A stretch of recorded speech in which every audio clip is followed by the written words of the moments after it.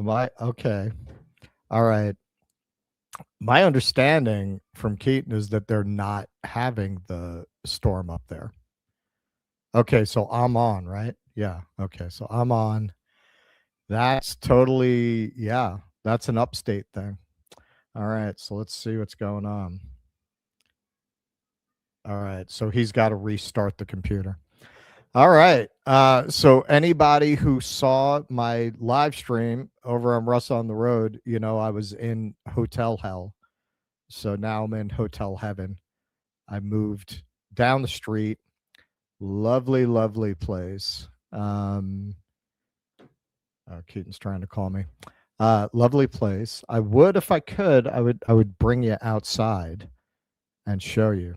But yeah, that place was an absolute nightmare.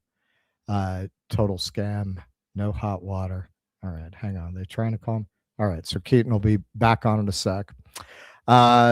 So yeah, I spent 2 days hiking around in the Hmong villages up in the mountains. It was just amazing, like the way that they live. It's very interesting. It's not. I was told by a lot of people, you go to these villages and they're very depressing.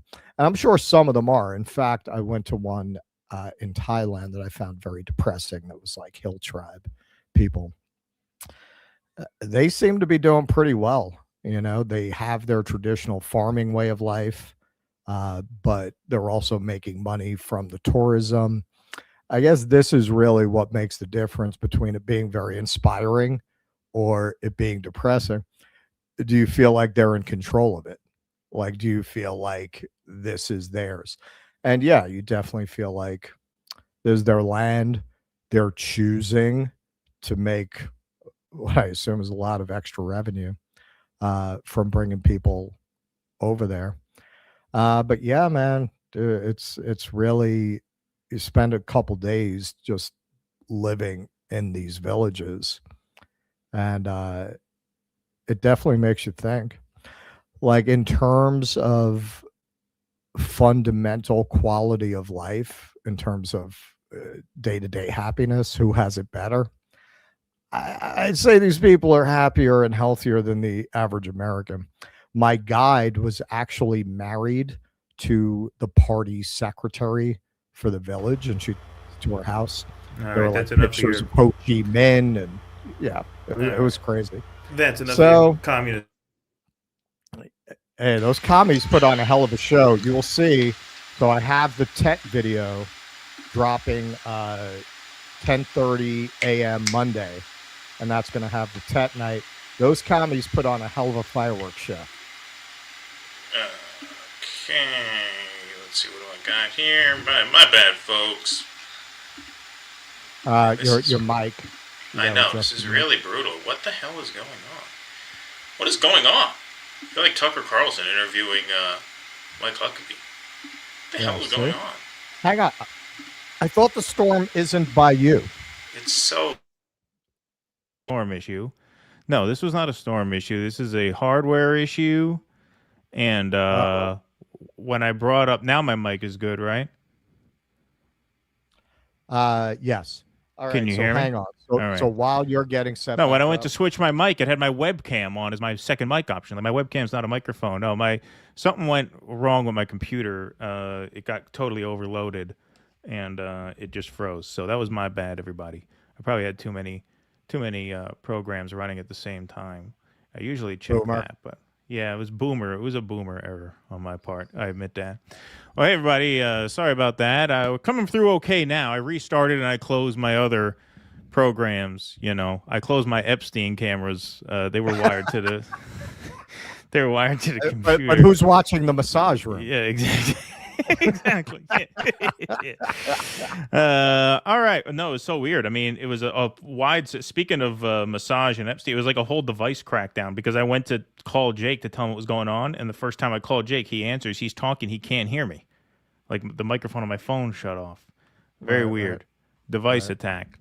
Who knows? Maybe it's this guy's fault. Let's bring in our guest. Let's not keep our guest. All right, so I'm just going to adjust this clamp because it's leaning and it's making the mic do that. All right, very well. All right, everybody. Hey, thanks everybody for being here. Sorry about the rough technical start. See, when Russ gets his tech going, mine just totally malfunctions. 1530 strong in the YouTube chat, 568 strong over on Rumble. We're also co-streaming this portion of the show to Revolutionary Change. So, hello, Revolutionary Change. My name's Keaton. This is Russ, my co-host. As you can see, we do a very professional job over here. And now we're going to introduce our guest. He is the co-host of the Revolutionary Change podcast. He is also the co-founder of the Revolutionary Change PAC. Friend of ours going back a while, Peter Hager. Peter, thank you for being here, my friend. Sorry about the wait. Gentlemen, it's a pleasure. It's been too long. It's been too long. Thank God your mic and your camera's working. There you go. Hey, listen, I thought we have technical problems on our show. Geez, you're making us look 5-star positive. It's like you guys got slammed with the storm. It was brutal. Well, we do have weather around us, but actually upstate is not bad. And no, I think it was just a hardware issue on my end. I had my video editing software open. I had like all these programs open that I usually check to make sure that's not the case beforehand.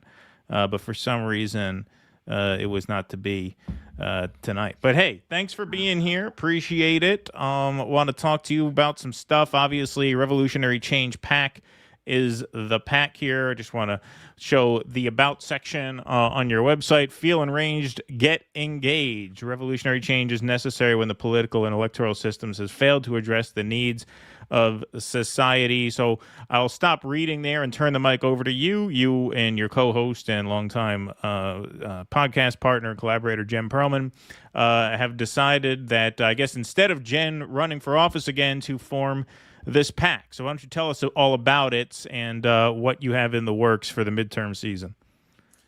So obviously having the experience of running a couple of congressional elections, you learn a lot about, what works, what doesn't work. And, when we got this thing started, it's been a vision that Jen had for a while. And I thought it would make sense to, do a test run of it this election cycle. And, we're very much alongside where you guys are at. We've always been there, even though Jen ran as a Democrat in the primary. But it's pretty obvious that the two-party system is dead. It couldn't be more obvious with what's going on in Gaza, what's going on domestically as well as internationally, and in lieu of what's going on potentially in Iran over the next several hours. I have a new saying: voting blue won't save you. So I hope a lot of people will start learning that that's a real saying. And so the whole basis behind any type of a PAC is that you want to lift up candidates that truly are on the side, not just of being anti-Israel, but being pro-revolution. And as of this moment, the candidate that we are backing, because the one thing that we've noticed, especially in the times that Jen ran with these organizations, they have, as Jen likes to say, big eyes, small stomach. You end up supporting way too many candidates. You dilute how much of the resources you really have, and then you're not able to get the message out there that you really want. And so what we've done is kind of honed in on a handful of candidates. And as of this moment, we are currently backing Shama Sawant, who is an independent running for Congress in Washington's 9th congressional district against a congressional representative who has been in federal office almost as long as, with all due respect, Russ, as long as Keaton and I have been alive. And that would be Adam Smith. Guy's been in office for going into his 4th decade. And he is not only a complete corporate shill, doesn't support single-payer healthcare, living wage, or a clean environment. He's also a very avid supporter of the state of Israel. So to say that this would be a great juxtaposition of a race to get involved in would be an understatement. The other thing that's unique about it is that it is the state of Washington, which is one of 4 states currently that, at its totality, there are certain elements of it that exist in New York City and the state of Maine, which is an alternative to the traditional primary rules. In the state of Washington, you have the jungle primary, which means the top 2 candidates will make it to the general election. There are about 8 candidates, I believe, that have declared for this race. But since politics in general is a money game, there are only 2 candidates in the race that have any money: Shama Sawant and Adam Smith. So that is who the general election in November is going to be, based on the fact that she has been a mainstay in Seattle politics for the better part of 2 decades. She's been very successful, not only at the local level, but at the national level, she is a name, she is a brand. And of course, she is diametrically opposed to the two-party system, which is something that we have been looking very vociferously to get involved in whatever capacity we can. So in this case, we are backing her campaign. And in terms of what we are fundraising for, what the Super PAC, Revolutionary Change PAC, is going to be using our funds for, specifically in this race, is to have, and this race runs along the I-5 corridor in the greater Seattle area and south of that region, is having billboards on the main drag of this congressional district. And now, of course, we cannot, as a Super PAC, be endorsing Kshama Sawant, but we are backing her. And so naturally, we are going to be presenting billboards that are going to go directly after Adam Smith, most likely in the capacity that he is pro-Israel, but also to the fact that he is a very detrimental representative to that congressional district, of which, like as I mentioned, he's been the representative for more than a generation. And of course, when you have somebody in this day and age that thinks that they have the right to die in office, I would think that that's something that most people these days don't want to see any more of. So it's a race that we fully back and are going to do everything we can to help elect Kshama, who I absolutely think has a very reasonable shot at winning this race. I know a lot of times people want to run and they want to make a good impression. But the one thing that we have to do logistically in this outside the two-party duopoly movement is hone in on races where candidates actually have a chance to make a legitimate impact. And there's no question from what I've seen so far that Kshama definitely has a chance to win. So we're going to put all hands on deck to make sure that she can. And assuming we're able to raise the prerequisite, each billboard is usually about $15,000. And the goal is to put them up 3 months prior to the election, which is generally when people start to pay attention. It's usually 90 days out. And then from there, trying to get about 4 of them up there. So 60,000 is a realistic get. And then from there, obviously, there are going to be other races that we're going to pay attention to, not the least of which 2 in particular that we're very fond of, that we've communicated with on the regular: Anthony Aguilar, who's running in North Carolina's 13th district, and Greg Stoker, who I believe is running in the 31st district of Texas. I believe it's 31. It is 31. Yes. And they're both running with the Greens, correct? That is correct. And Kshama's running independent. Yeah. Yeah. And it's just happenstance that they're running outside the two-party system. They happen to be excellent candidates. So from that perspective, I think that that's really what it comes down to. Yeah, no, you got 3 post-duopoly candidates here. We're big fans of Kshama. We've never met Greg, but we followed Greg on the Freedom Flotilla, obviously, so he's the real deal. And we've had Anthony Aguilar on the show. I know you had him on last night. He's a great guy as well. So seems like a solid slate of candidates. But I have to ask you, because, we in the sort of cynical bastard dirtbag left space are not really acquainted with the rules and the procedures for these PACs, because we always kind of thumbed our nose at PACs. Oh, we can't do that. We're $27 at a time through the website. That's how we run. And cut to here we are in, Bonanno crime family meets Rhodesia, Donald Trump's second term. That's what Michael Brooks, I stole that line from the late great Michael Brooks. That was one of his best zingers. His Bonanno crime family meets Rhodesia. I can't take credit for that one. But point being, fight fire with fire means, hey, if they're going to flood the zone with dark money, we have to be willing to compete on that level. And I would agree with that. However, because we've been so cynical about this for so long, we don't really know how this works. I don't know how it works. I'm not saying you don't, but I would like for you to explain to me and the audience exactly how this PAC thing works from the standpoint of, okay, so on your website, you don't have any candidates listed. Neither does Asa PAC, by the way. We've seen other PACs take off. The anti-Zionist PAC with Michael Rechtenwald, who we've interviewed. There's going to be PAL PAC now, which is a pro-Palestine PAC. There are certain PACs who list like APAC, I think you could just search the candidates who they bought on their website, and then certain candidates don't advertise. So what is the deal? When you say you can endorse, what are you allowed to do? Are you allowed to just flood the zone with messaging that suggests you favor one candidate over the other? Like, how does that work? So basically, when you're running a super PAC, you cannot have direct communication with the candidate. Right. So you can't coordinate with them. You can't coordinate you can't ask Kshama for a graphic for the billboard, right? Can't do that. You also have the ability to basically protect yourself in terms of your identification. One of the hallmarks of a super PAC is that a lot of times people really want to get involved in contributing to a given campaign, When Jen ran the last time against Wasserman Schultz, there was somebody in particular who wanted to contribute but did not want their name out there publicly for fear of retribution, reprisal, etc. So I certainly understand that. It's also recognizing the landscape within which we're playing in right now. And I know your chat. And again, there's a lot of crossover. We've been doing stuff with RBN. And what it really comes down to, guys, is that it's not a question of whether voting matters. Voting matters to an extent, but it's not going to save us. So what ultimately ends up happening in these sort of, again, our channel's name is Revolutionary Change for a reason. In revolutionary moments, it's not that you have to just halt elections altogether. Although if I have anything to say about it, we might end them altogether. Maybe. But at the end of the day, the reason they matter is because if you can get people elected into office that are not on board with what the corporate empire establishment is doing, you might find the path to getting things done a little bit easier. That's really that's the goal, because elected officials are not going to save you and they're not going to facilitate the revolution. However, if you get the right people in, what they may do is step aside and allow the people that are trying to bring about the change the country desperately needs is going to have that happen. It's not going to work that way in all races, but there are ones who are definitely on the mission, if you will.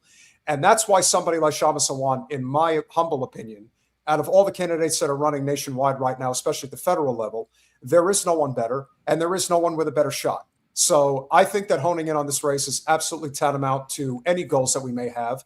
And not only is electing her what I think substantial, but to coin a phrase from somebody who thinks they may be president in 2028, she will actually bring the ruckus once she gets to Capitol Hill. That is something that Shama will 100% do if she gets there. Well, certainly. So it sounds like what you're saying, and I saw Jen in the chat here. So Jen says we can endorse. So it sounds like you can endorse, you just can't coordinate. Like you could say we support X candidate, but you are not allowed to coordinate with the candidate. So it's there's kind of a fine line there. Okay, cool. So thanks for if you wind up having a successful PAC, that would mean you have a lot of money coming in, right? How do you not wind up being beholden to the same people that any other PAC is beholden to? Like once you start getting people who want to write serious checks, they want serious commitments to certain policies and attitudes and ideologies. No? Well, I would say that it's fairly similar in the juxtaposition that our respective channels have gone through over the past few years. When we first linked up, we were lucky to have 30 or 40 live viewers, and you guys were in a similar situation. Obviously, things have changed substantially for both of our respective channels, which is great.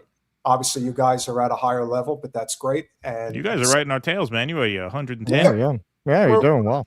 We are, but you know what? We're also a heavily shadow banned channel, and everyone knows it. And the reason why is because we're not going to change who we are.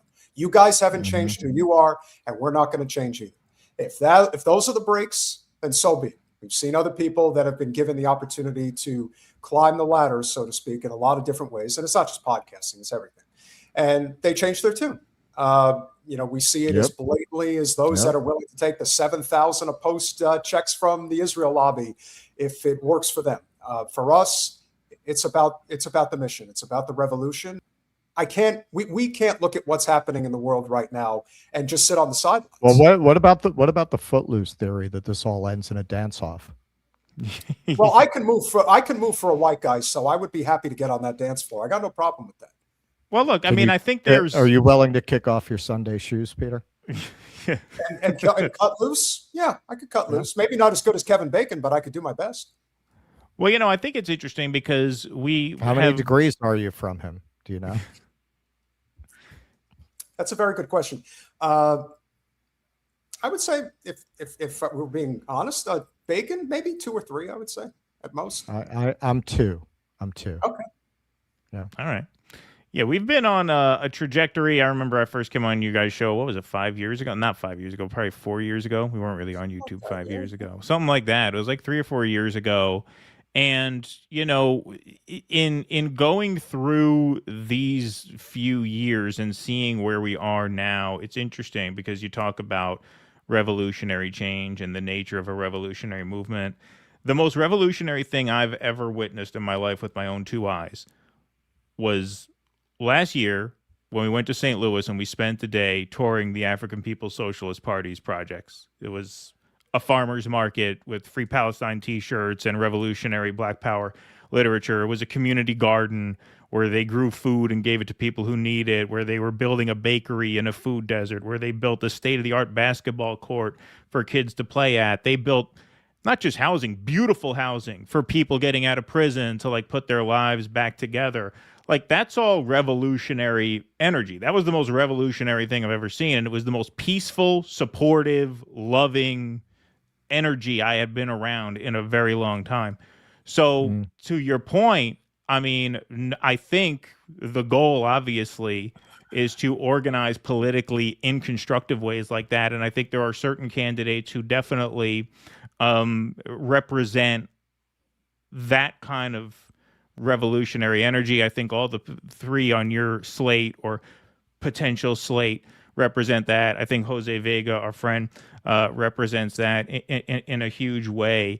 But I also think, you know, we were very stringent in our sort of post-duopoly position a few years ago because under the Democrats, it just seemed impossible. And I think one of the things that I've sort of come around to, and we talked to Mike Rectenwall about this, who has Republicans on his slate if they're anti-Zionist. You just have to find wins where you can make wins. And so you had talked about originally perhaps getting behind Graham Plattner.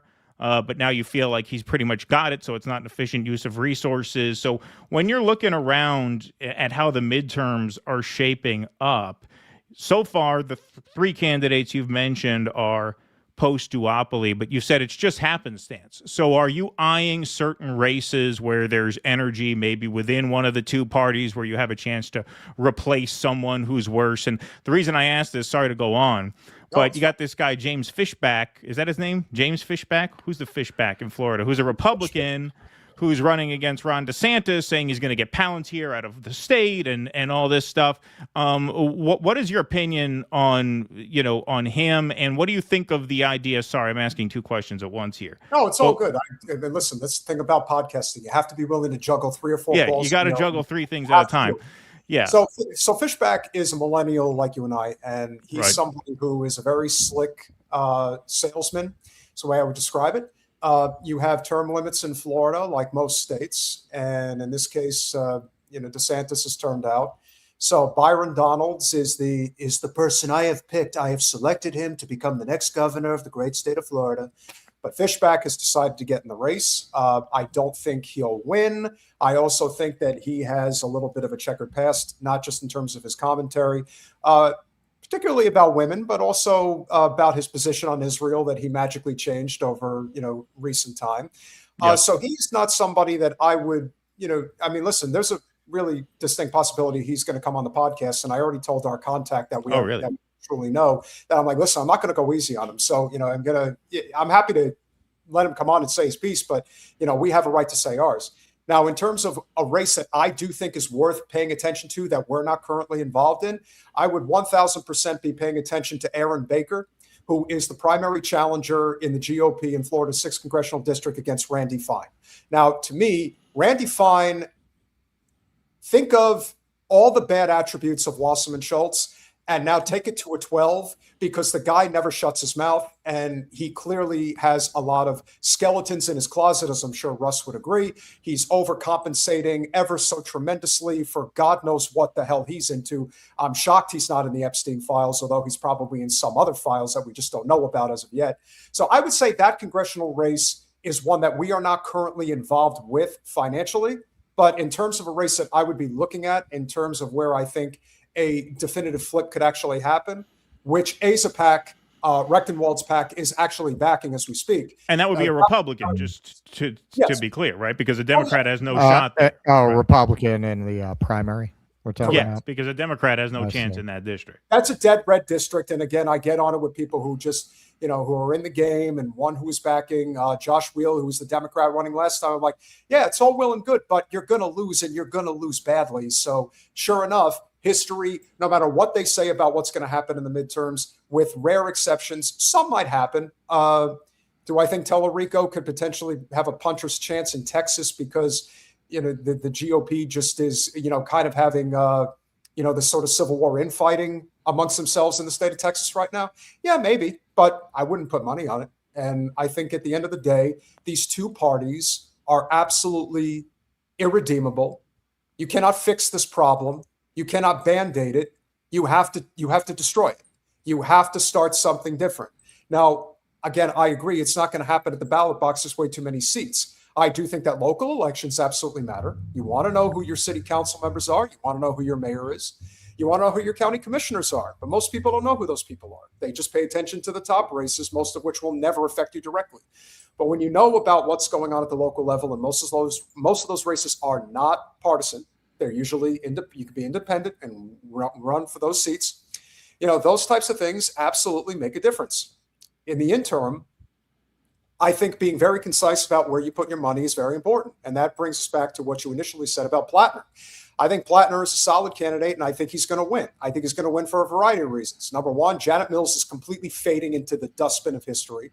So he's going to be the nominee. And Susan Collins is a walking corpse, and he has fresh energy. He absolutely toes the line between progressivism and libertarianism, which is exactly what Maine wants. It's exactly what New England wants outside of Boston. So the idea that and the Nazis might not vote for him, but with the tattoo, at the very least, they'll stay home. Yeah, right. Exactly. I can walk. Yeah. But at the end of the day, I think he's got a really good chance. And that's where, you also look at the fundraising in terms of how well he's done. And you say, okay, that's a race that's in good shape.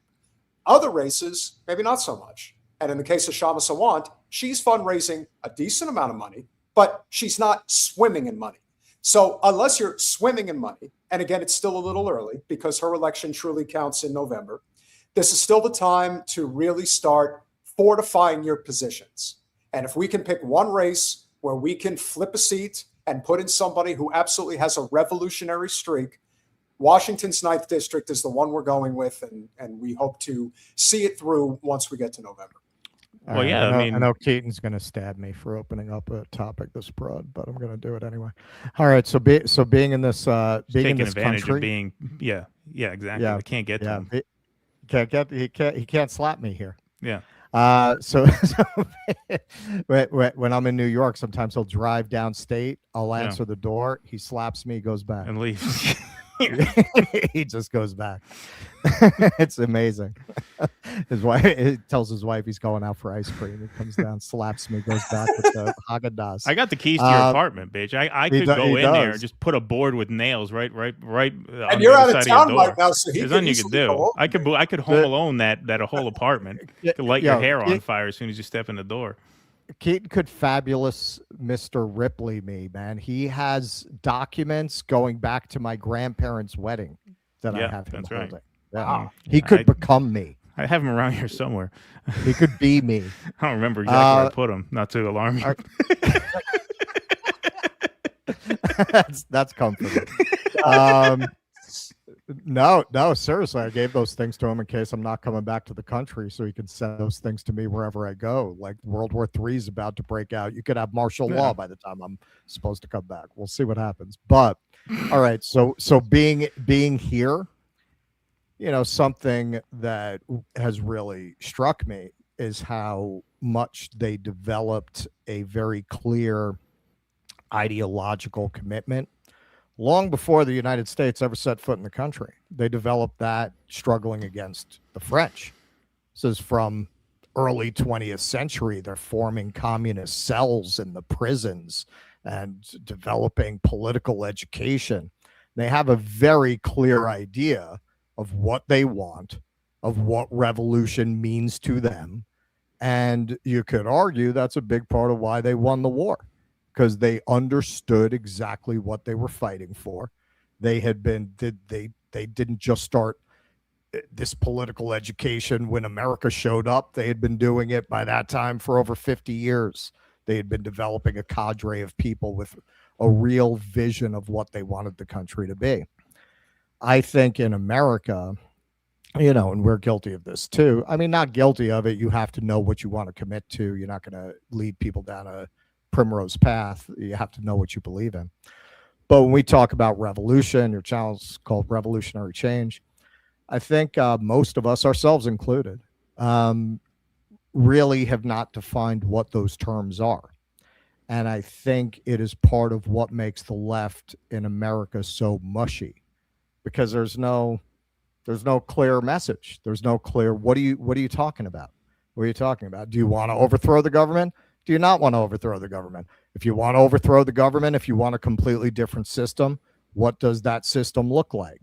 Do you have democratic processes, or do you, as in these communist countries, have democratic processes within a party and not outside of it, so that you have no other parties competing? Like, what does that look like? And I think until the left has a sizable contingent that can agree on something like that, it's always going to be subject to fights over identity and class and, you know, all the shit, which I believe has largely been driven by intelligence services running a psyop to defang the left since the 60s. I think that's a big part of why the left looks like that. So when you talk about revolution, what are you talking about? Well, I think it's pretty clear cut what some of the parameters are.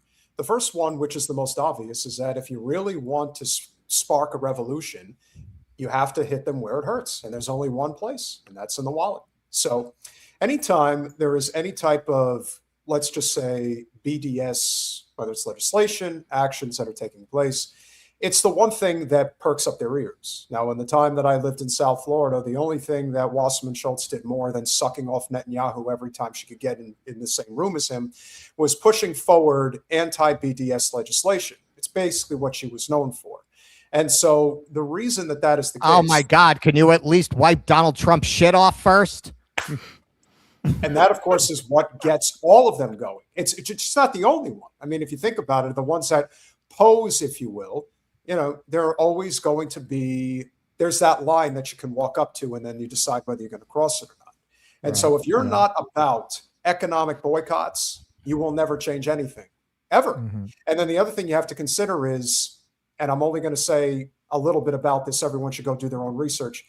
How do you want to acquire and utilize money within this current system? And by that, I mean, what kind of money? Think about it. Think about the dollar and where it's going.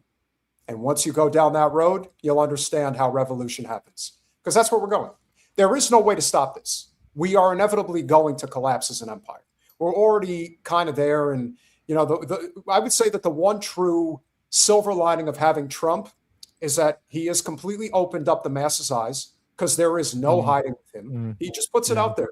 And everyone who gets their panties in a bunch over him, I feel like saying, please save me your fucking, pontifications, if you will, or your grandstanding about, oh, how bad Trump is. No, he's just doing all the things that for millennia, people in the highest positions of society have been able to get away with, but they've always been a little bit more coy about it than him. He just doesn't care. And partially he doesn't care because he knows his time on this earth is kind of limited at this point. So he's trying to get every little nook and cranny he can so that the American psycho of a son-in-law of his can take over the empire, which will happen. Jen is convinced he's not going to live through his term, which is probably true as well, knowing his health and how he's going at this point, 3 years. At his age and the way he lives his life with how unhealthy he is, wouldn't surprise me in the least. But, well, it's funny. Sorry to cut you off, but I have to run this by you because I think he'll live through his term, but I think they're going to force him to resign. Because I think the real play that they want to make is J.D. Vance. I think they are very invested in J.D. Vance. I think the tech oligarchs really feel like Vance is the guy who can really build the Palantir state. And you just hit it right on the head. You see, there's a lot of tech oligarchs and giants in this country, but make no mistake, there is one tech company above all others, and that's Palantir. That's Palantir. I mean, and he's their guy. I mean, Alex Karp. He is Big Brother from 1984. Like, he truly is the embodiment. And when he's O'Brien. When he talks about killing innocent children, like he jerks off talking about it. Like, that's how hot it is. Yeah, he's manic. He's manic, and Vance is their guy. And I think that Vance is really not electorally viable unless he is able to take over as an incumbent and run as an incumbent. You're already seeing Gavin Newsom has beaten J.D. Vance by 7-8 points across multiple polls now. And you say, well, how could Gavin Newsom possibly be a viable candidate? Well, I mean, he's literally running against the T-1000. He may as well be running against the Robert Patrick in Terminator 2. I mean, that's what Vance is. He is an android programmed to destroy the human race by the gods of that world, by Peter Thiel and Karp and all that. So I think that they will probably have to force Donald Trump to step aside. They'll say he's sick or something, and maybe he will be sick or something.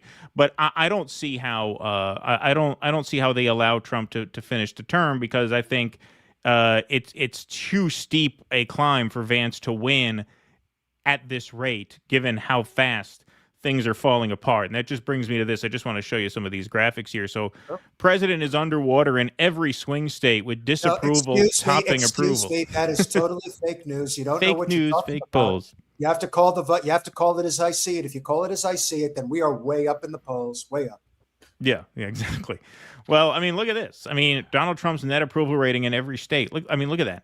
Almost the whole thing is blue, and what's red is mostly barely red. I mean, he's got West Virginia, he's got Oklahoma, he's got Wyoming, where he's like comfortably in the black. Maine, where Plattner's running, -23. North Carolina, another Senate race, -10. Iowa, another Senate race, -11. Alaska, -12, another Senate race. Texas, big Senate race, -9. Florida, -8. Even Mississippi, he's +2. Louisiana, +2. So at this rate, yeah, it feels to me like they're going to have to force him to step aside and gracefully retire and see if Vance can right the ship. But the reason I prepped those graphics was not to make that point, actually. It was to ask you something that this goes back to when we first met each other. And it's funny because the first time that you guys were nice enough to invite us on your show, I ended up doing what was probably in retrospect something kind of rude, which is I urged Jen Perlman not to run for Congress. Listen, don't do it. Listen, very good guest I was. Considering the fact that Jen has left South Florida and is now starting her own form of the revolution, which is living off the land, chickens. Oh, is she? Where? Yeah. Oh, she's raising chickens? Where's she living? By March. Where? Through Taylor Greene's territory in Northwest Georgia. Oh, Georgia. Oh, Georgia. Okay, beautiful. All right. Well, the reason I brought that up is because the reason why I didn't think it was worth primarying Debbie Wasserman Schultz is because I said the Democratic electorate is just unreachable. They're the most incurious, shallow, unmovable voters in America. But it seems like as Trump's popularity has collapsed, so has the polling of Democratic leadership. And it does seem like there is, I don't know if you can call it a Tea Party movement quite yet, but there is certainly a rebellion within the Democratic Party against the leadership that made itself abundantly clear in the Mamdani victory. I think you're seeing that in the Plattner polling now. So what are your thoughts on that? Because I don't want to say we started off sort of at odds about that, but I remember the first time I met you guys, we spent a lot of time talking about, can the Democratic base ever have their Tea Party moment where they rebel against the leadership? And I was absolutely convinced it could never happen. And it seems like it's happening now, at least more than I ever thought possible. No, it's not going to happen, but it will happen regionally. There will be certain pockets that will step up. Again, Plattner would be a good example of that because it's not really, Maine is not a Democratic state. And at the end of the day, Gavin Newsom, it has already been decided, is going to be the nominee for president in 2028. And by that, I mean, the superdelegates have already gotten their marching orders. We know where the money's going to go. And if the Democrats want to make sure that they win, as much as I hate having to say this, if AOC does run for president and she ends up taking the VP slot alongside Newsom, that might be enough to actually win. I hate to say it, but as much as I want to get away from the two-party system, you can still look objectively at what's happening in front of you. The average Democratic voter still does what they're told. And since no one is actually telling them to get rid of Schumer, Jeffries, even Pelosi is still pulling the strings from behind the scenes. Heck, they won't even get rid of Wasserman Schultz. Wasserman Schultz is probably going to be out of Congress after this term because the GOP is going to rewrite a couple of congressional seats in the state, and it looks like her district is on the chopping block. And that's pretty much it. That's how these things sort of come to an end because they're not going to just give it up voluntarily. That's the problem. And then you look at all the different stupid infighting that goes on amongst the consultant class. Look at the shit that they're doing in Texas right now with Tellerico, all of the, black faces in high places that are calling him a racist and saying that he doesn't really give a shit. And it's like, it's not about whether they believe it or not. It's about, how do I get paid? Right. Yeah, and I think there's way too much of that is going on in the political arena, where the Democratic establishment will absolutely destroy itself before it allows some type of a revolutionary moment to happen within its party. So that's why I understand the sentiment from where a lot of people come from, where they say, what's the point of voting if we're just going to end up with the same problem? If the Democratic Party is going to continue to have super delegates, there is absolutely no point in even attempting anything, because there's always going to be that safety valve that they could just shut down and stop you dead in your tracks anytime they want. And they're completely content. They allowed Donald Trump to be president twice. So I'm not convinced that the party in its totality is going to change. But I do think in regions it will change, because it's inevitable. Where they're young, where they're progressive, maybe even libertarian. Again, like I said, Plattner's a good example of that. Shama Sawant, even though she's not a Democrat, but she's definitely a progressive. Those are examples of regional spots where I do think those changes will happen. But in terms of it happening as an overall change within the party, I mean, look around. They look at it as, maybe if Trump goes to war with Iran, maybe that'll make sure that we win the midterms. Because in the end, that's all they give a shit about anyway. So that's my thought. Well, yeah, I mean, I think if we get a war with Iran, I mean, I just don't see it turning around for the Republican Party, which means the question becomes, what do the Democrats do? I mean, look at this in Texas. Look at the early voting for the primary, which is on March 3rd. The Democrats are outvoting Republicans by 100,000 votes in Texas. 100,000. That's insane. It's a 10% margin in Texas. That is a lot. I mean, this is it's a blowout. It's a blowout. Now they're going to go to war with Iran? Well, here's the thing. A couple of things that you have to keep in mind. There are two variables here. The first one is false flags and martial law. Yeah. Yeah. As much as I want to say that that's not going to happen, I say that nothing is off the table at any time. Of course. Dude, However, I have not booked a flight home for a reason. Oh, I don't blame I haven't. I don't blame I don't know what's going to, yeah. Listen, When I do buy one, I'm going to spring for the magically refundable. just disappears in the middle of the Atlantic. I mean, shit happens, man. Yeah. Stranger things have happened. It's a very Which flight is that Tabula on? Yeah. We have planes in the region. I heard about this guy, Russell Dobule. He's a really terrible person. He talks a lot of crap about me. Will you make sure you take care of that plane? It's going to be really spectacular when it goes down. No, I think what's the one plane variable, ran. yeah, the one variable that gets ignored here is that GOP voters in particular vote on election day. That is a known thing within the GOP. Yeah. They are known to get to the ballot box on election day. It's a thing. It's a cultural thing. It's important. They want to see all their friends. It's like having a cookout at the polling station. So for them, that's actually an important component. The other variable, which I don't think people are truly not grasping yet, and that's why, like I said, voting blue won't save you. Do people still not understand that this is an oligarch's game that just goes back and forth between the two parties whenever they feel like it? Whenever they decide they want to give $100 million to one side, $100 million to the other side. Miriam Adelson decided to give $100 million to Donald Trump instead of Kamala Harris because she was convinced that he would be able to get more of what she wanted done had he gotten in there. Trump didn't need $100 million from Miriam Adelson to get elected. He took the $100 million because he was willing to make a deal with her, saying, "No, you totally give me that money. I'll do whatever you want." And she gave him that money, and he's doing exactly what they want. Yeah, that's how it works. No as much as I about it. hate saying that that's what humanity has come to, but it's now being exposed for all of us to see. You think anything's changed? Could you imagine what a ruthless, cold-blooded bastard LBJ was behind the scenes? What a ruthless, cold-blooded bastard Woodrow Wilson was behind the scenes? Very little has changed. The only difference now is that we get to see it up close and personal.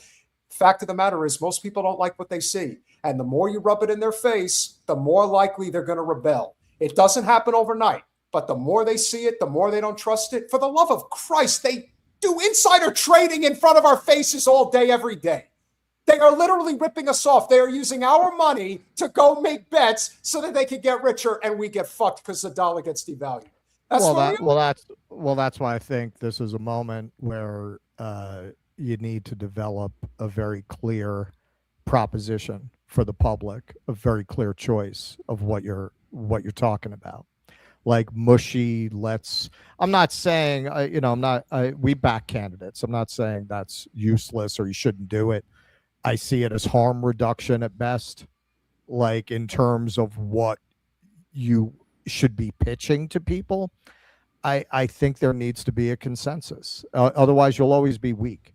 You'll always be weak. A big part of the success of MAGA, I've always said this about them, man.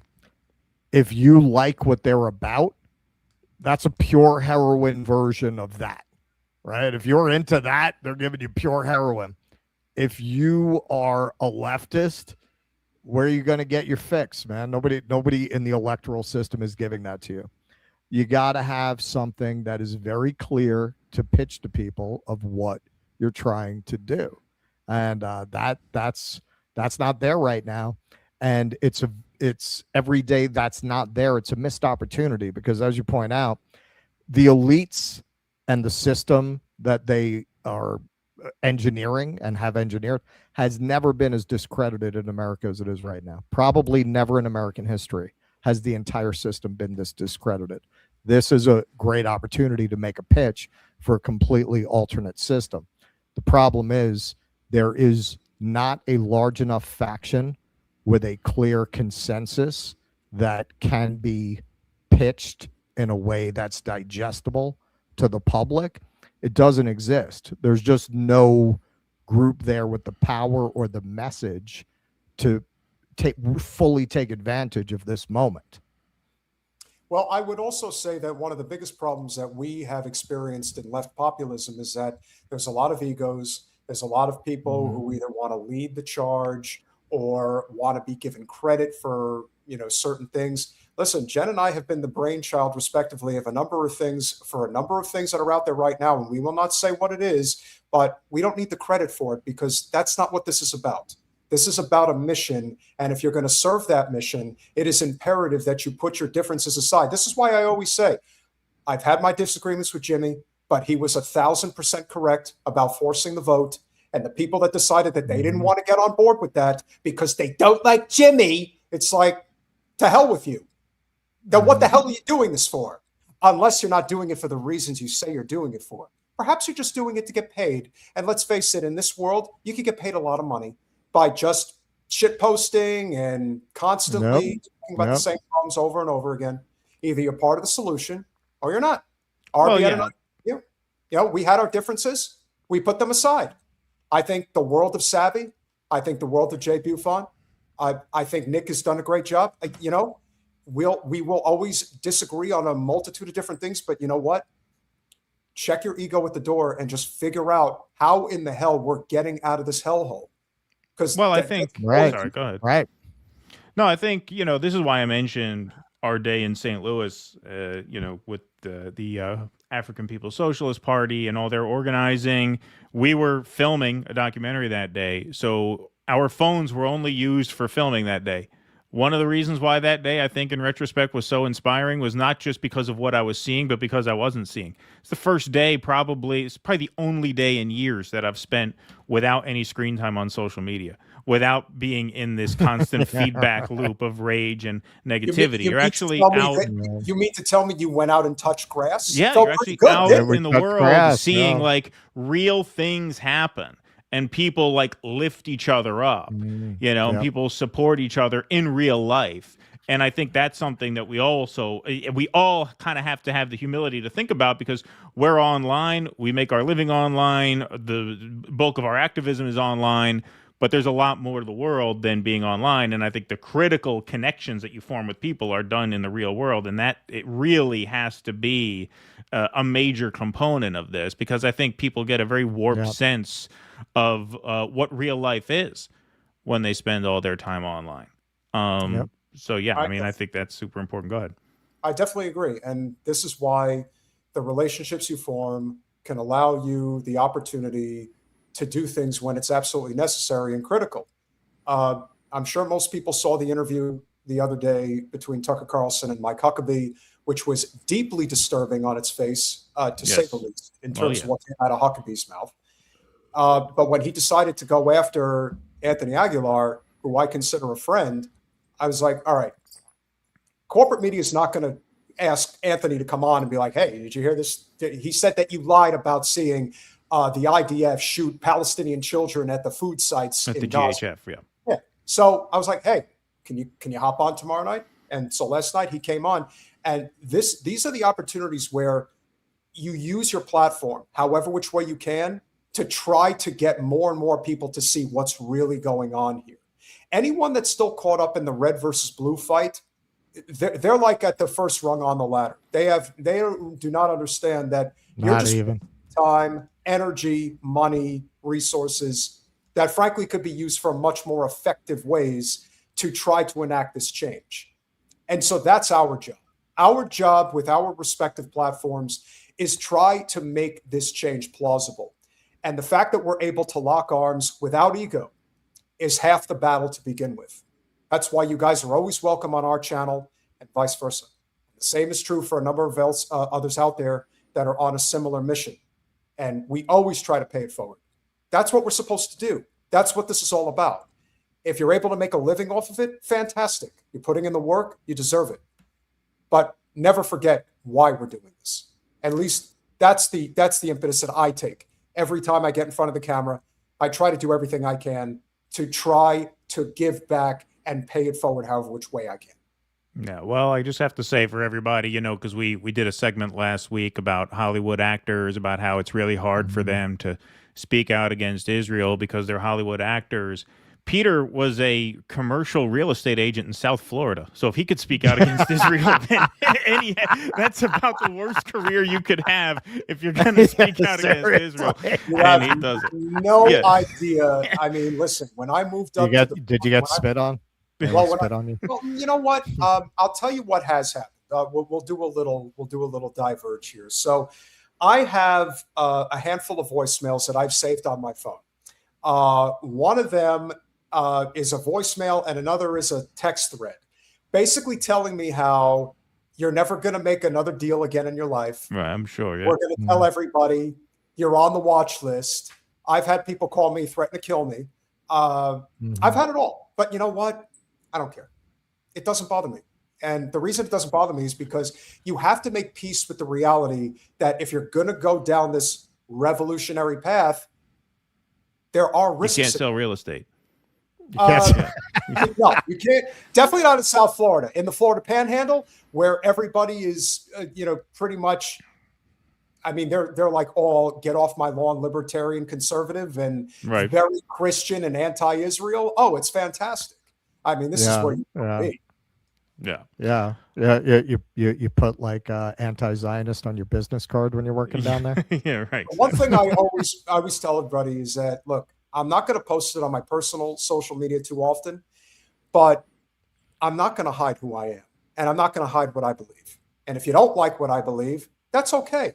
I will tell you, there was a gentleman that lived in Boca who was, he's a big commercial investor. And, initially I thought we were going to work together, and we ended up having coffee in Delray Beach not too long after October 7th.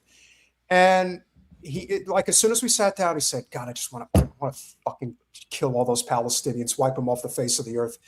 And that was the last time I ever met with him. Wow. And we have not worked together, and we never will. Did I sacrifice a considerable amount of income potentially by avoiding working with him? Yes. And you know what? I can sleep at night knowing that I wouldn't take his blood money. And that's what you have to consider if you're going to go down this road. You can choose who you work with. That is an option. But if you choose to say one thing and do something else, well, unfortunately, we all know that there are people out there that will say one thing, they will do something else. Just be honest. That's all we want. I know it's hard, but in lieu of what's going on right now, being truthful to what this mission is all about, it's hard. And it can be very devastating and lonely at times. I get it. I know everybody's going through hell because I'm going through it. I've gone through it for years, and I've made my sacrifices. But I also know, like I said, that I can put my head down at night and know that every day I'm trying to do something better for humanity. And that's what you guys are doing as well. And that's what counts more than anything. Well, it's revolutionarychangepac.com. Please go and check it out. Peter, great to see you again, my friend. Thanks so much for joining. If you guys are watching on Revolutionary Change, come over and watch the rest of the show over here if you are so inclined. Thanks a lot, Peter. Appreciate it. Any other things you want to, any other places people can find you? Obviously, subscribe to the YouTube channel. You guys are on Rumble too, I assume? I heard you got a beautiful piece of land down there. Well, Jen's got some land, so we're growing some fruits and veggies off of the land, which would be great. If you guys are not currently subscribed to Revolutionary Change on YouTube and Rumble, please make sure that you subscribe there as well. If you guys are watching on my channel, make sure you're subscribed to Do Dissonance as well on both YouTube and Rumble. Thank you for having me on, guys. Hope we'll talk again real soon. Of course, Thank man. you, Peter. Thank you so much. Bye-bye. All right, Pete Hager, everybody. Thanks for being here. What's that? I got to load in my videos again, actually. All right. So, right. Okay. All right. Because as of now, I've got to basically hold the mic so it doesn't swing. Oh. All right. All right. Go ahead. Do your thing. Very I'll do cool. some shots. All right, everybody. Go ahead. Heavy snack. MAGA is crying about the spooky Muslims publicly praying during Ramadan in NYC. Are they? NYC approves of the public prayer events beforehand, unlike those synagogue tunnels that were built not too far from where Epstein lived. Yeah, man. It's all right. So in New York, we have a fair amount of Muslims, and they throw down like the prayer rug at the time of day that they're supposed to pray, and they do it. It's not a problem. It's not a problem. They really prey on the ignorance of people who have no experience dealing with people who are not exactly like themselves, to make them think that a place like that is, it's very dangerous. No, actually, it's very exciting to live in a place where everyone's not stamped with one factory mold. Mishutski, super sticker. Thank you, man. Cray 06. Well, America, you beat us in hockey today, and I am truly forced to admit that your beef is beautiful and ours is weak. Oh, did the USA win? Was this the Winter Olympics? Yeah, the Winter Olympics. We won the hockey game. Great. Okay, so is it just me being here, or is there like less interest in this Olympics and coverage than normal? Like, it just seems like it's not coming up in my feed a lot, or I'm not seeing a lot about it. Are you saying that the pride in America is down?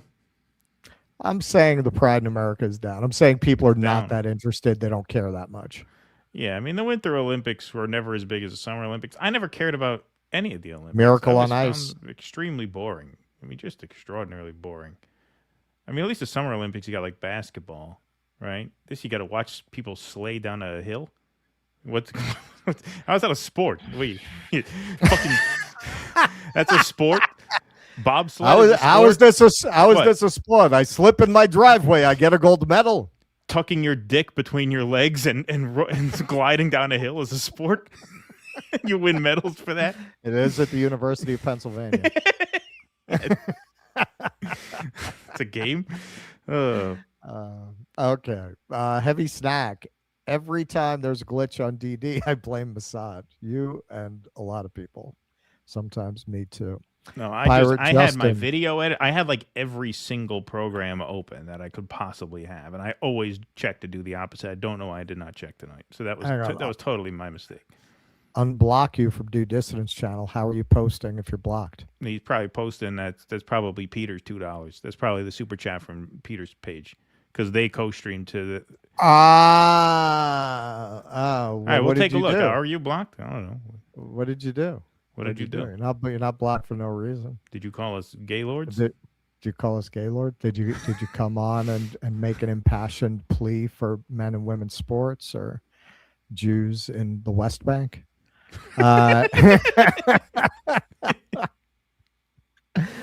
Heavy snack. Given all of the 8XL clothes in Randy Fine's closet, I'd say it'd be pretty easy to Yeah. hide those skeletons. Yeah. Fat Randy. Fat Randy. That would be my political advice. If you're going to run against him, exclusively call him Fat Yeah, Randy. fat jokes. Yeah. Just call him Fat Randy Fine. We want you to pack Sean- called Fat Jokes Fat Pack. make the fat boy sing. Yeah. Make Make America lighter again. He's a weight on our district. Yeah. Sean Hurl, Keaton, The Clash, only band that mattered. Yeah, the Clash certainly mattered. I'll grant you they mattered. Not the only band that mattered. All bands matter. Yes, and check out Keaton's music channel. You know, you think you know a person. I worked with this guy for years. I had no idea that he was like Music Rain Man. I mean, I'm this not guy, he knows an incredible amount. Yeah. YouTube.com. I never knew. I never knew that about you until you did YouTube- that, launched that. Yeah, youtube.com @ShufflePod. That's my music channel. So please go and subscribe there. People are saying that they can't subscribe because the channel is set for kids, but it's not for kids. I'm going to have to message YouTube because sometimes YouTube takes it upon themselves to like rate certain videos for kids, but they haven't done that. So go and check just to make sure it works. youtube.com/@ShufflePod. And then subscribe to Russ on the Road NYC. Got a new video dropping 10:30 Monday morning. Subscribe to our Tomorrow alternate morning. channels so that, like, you know, we don't have to do so much of this anymore. Why would you? Yeah. Those channels are so much better than this one. This show Yeah. fucking sucks dick. I mean, all we talk That's- about is genocide and child rape. I mean, what, you want to watch this 10 hours a week every week? What are you, nuts? You got a Those travel channels channel are here, much and a more music positive. channel. Yeah, those Yeah. channels are much more positive. You would come out for this. I mean, Yeah, give us they're a uplifting. break. Yeah, give us a break. Subscribe to the other channels. Jesus. The other one, my new video, you get to see a puppet show. You get puppet We shows. don't do. But when was the last time we did a puppet show? We over talk here? about puppet Like, shows. Never. We talk about there's no puppet shows here. There's no puppet No. shows here. Yeah. No. Nice little hikes through the Yeah, mountains. go over there. Subscribe to over there. He's Jesus. He's working through the years, all the Put us best through albums. Yeah, you put us through Yeah. this. This is very taxing. This is very bad for Yeah. the soul to have to do this 10 hours a week and then research everything. Yeah, but subscribe to the other ones. Give us some time over there so we can split our time a little bit. That's Now, it. you put us through hell here. Yeah. And you know, it's a lot less negativity over there, Yeah. not only on the channel, but in the comments, which I think is related. I think that's related. You'd You be do a surprised, positive man. channel, you attract positive people.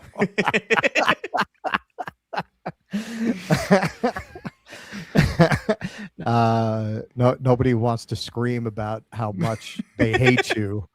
Will usually go to that kind of a channel. Some, but not many. Yeah. 10-pound walleye. Hey, that James Fishback is quite the candidate. Same with Mike Trout and Karen Bass. Ha! Cute. Good one. Cute. That's not usually my kind of thing, but cute. Oh, look, man. Look. This is our friend.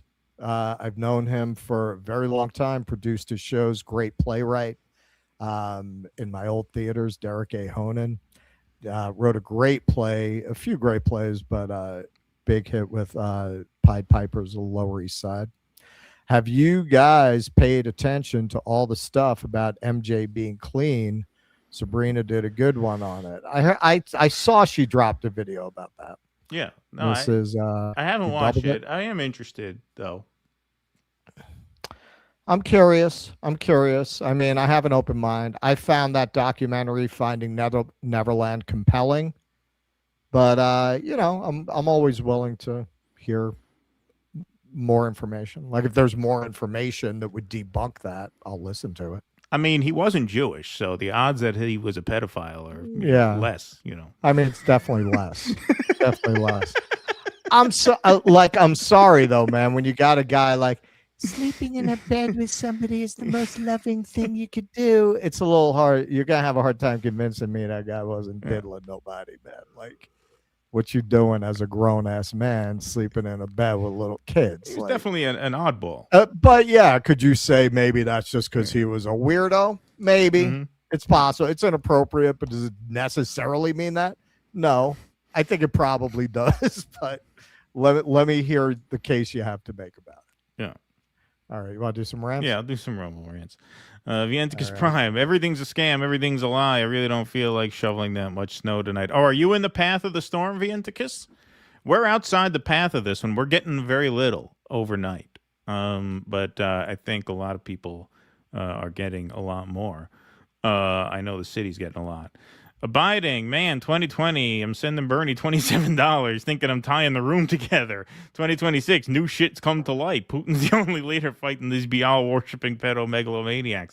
I feel you, Abiding. Corn Pop got the Little Urban Achiever Scholarship to Howard in 1973, but got expelled first semester for selling black tops. Thank you.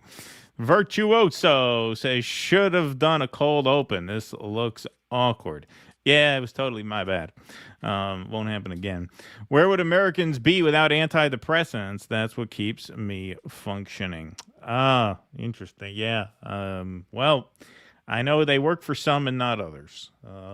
I'm not sure if you guys knew this, but during the technical difficulties, we all caught Russ on a hot mic saying, don't worry, these donkey brain goyim will still gobble up our Mossad psyop anyways. Ha! Is that his face in the crowd moment? Kenman, so happy with the guests you guys have had recently. Hi, Peter, you and Jen are awesome. I will pass that along. Thank you, Kenman G. Appreciate that very much.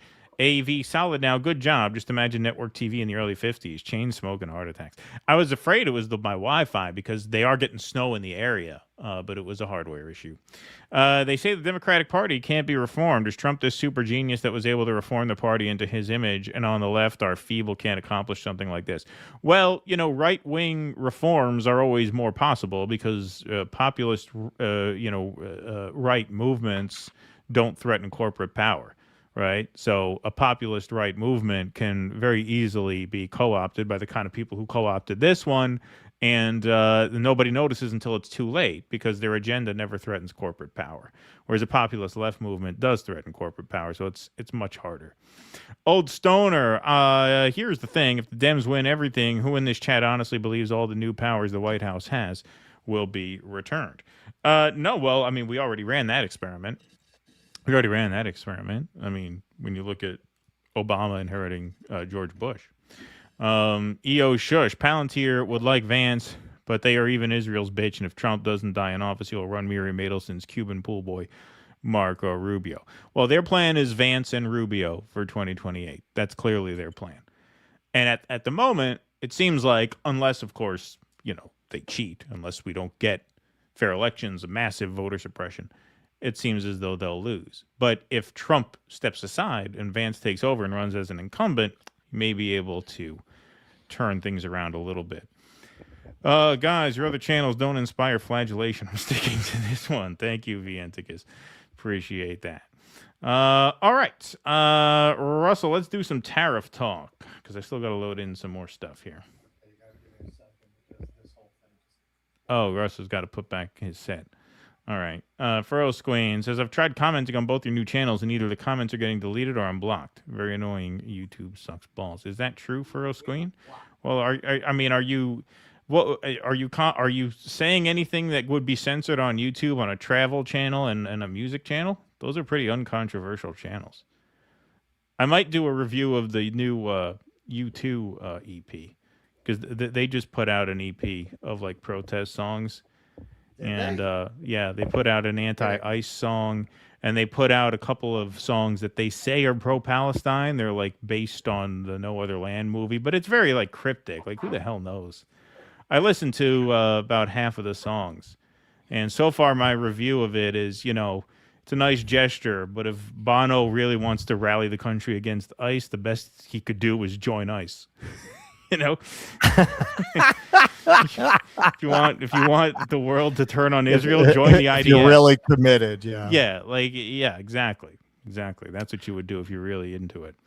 All right, you got. Now I'm back. I think this is going to keep drifting. I'm going to kind of hold it. All right. Okay, I'll take it after the fucking hellhole I came from. Okay. Trump increases global tariff to 15%. That is making America great again, bankrupting the American consumer style.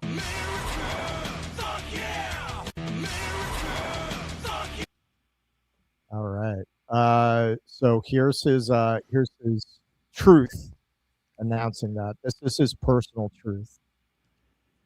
Based on a thorough, detailed, and complete review of the ridiculous, poorly written, and extraordinarily anti-American decision on tariffs issued yesterday, after many months of contemplation by the United States Supreme Court, please let this statement serve to represent that I, as President of the United States of America, will be effective immediately, raising the 10% worldwide tariff on countries, many of which have been ripping the U.S. off for decades without retribution until I came along, to the fully allowed and legally tested 15% level.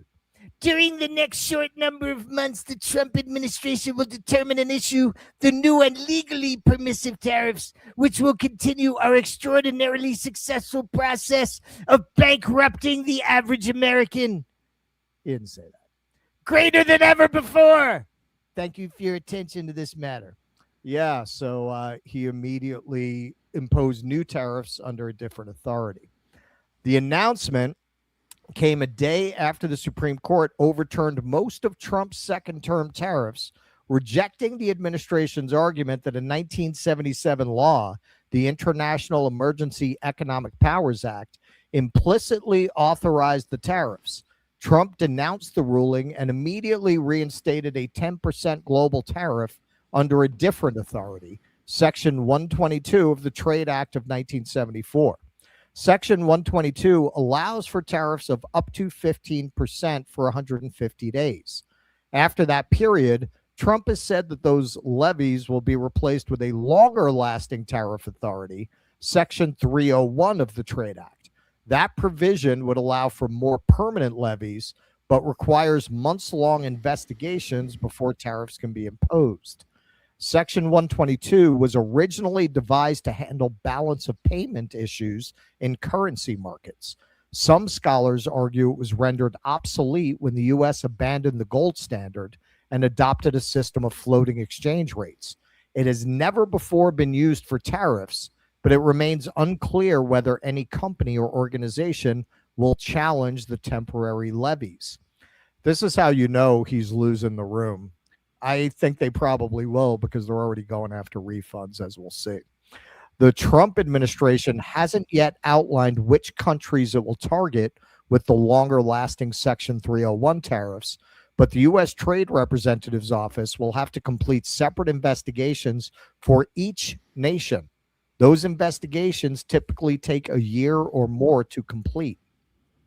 Trump on Friday said the probes would be finished in 5 months, a nod to the 150-day limit on his new global tariffs. Economies that have been the subject of Section 301 probes in the past, such as the European Union or Vietnam, could also see expedited investigations because USTR could call on past evidence. Okay, so here's some of his typically unhinged musings at his press conference on the tariffs. Is deeply disappointing, and I'm ashamed of certain members of the court, absolutely ashamed. I'd like to thank and congratulate Justices Thomas, Alito, and Kavanaugh for their strength and wisdom and love of our country.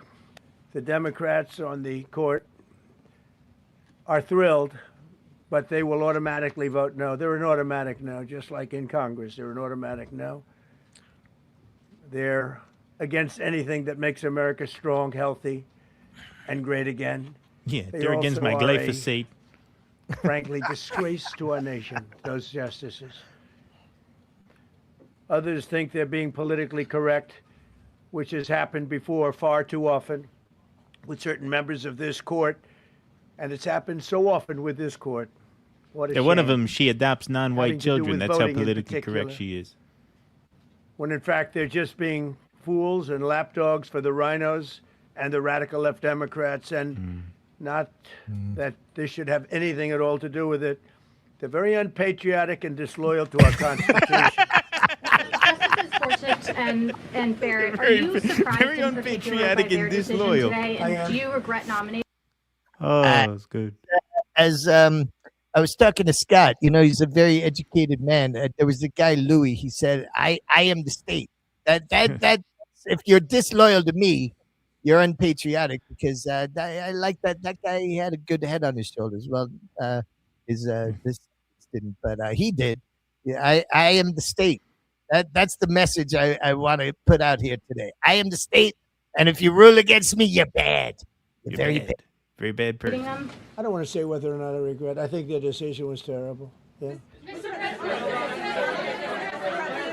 I think it's an embarrassment to their families. You want to know the truth. Supreme Court justices who ruled against this the policy, striking it down, are they still invited to your State of the Union next week? They are invited, barely.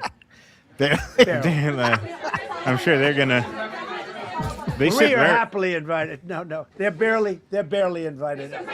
They sit Honestly, right up front I too. couldn't care less if they come. Okay. Last time they came, I made a little stinky in my bum, and Amy Coney Barrett, she didn't even hide her disgust, and all the cameras caught it, and it was very embarrassing. They shouldn't come, because I'm wearing the same diaper I wore that night. I'm probably going to drop an even bigger load in it.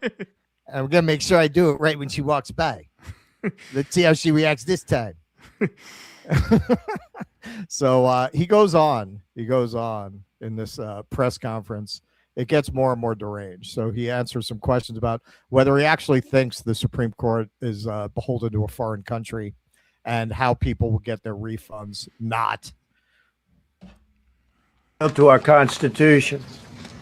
It's my opinion that the court has been swayed by foreign interests and a political movement that is far smaller than people would ever think. You mentioned multiple times foreign influence over the Supreme Court. Do you have evidence of that? And if not, will you investigate that? You're going to find out.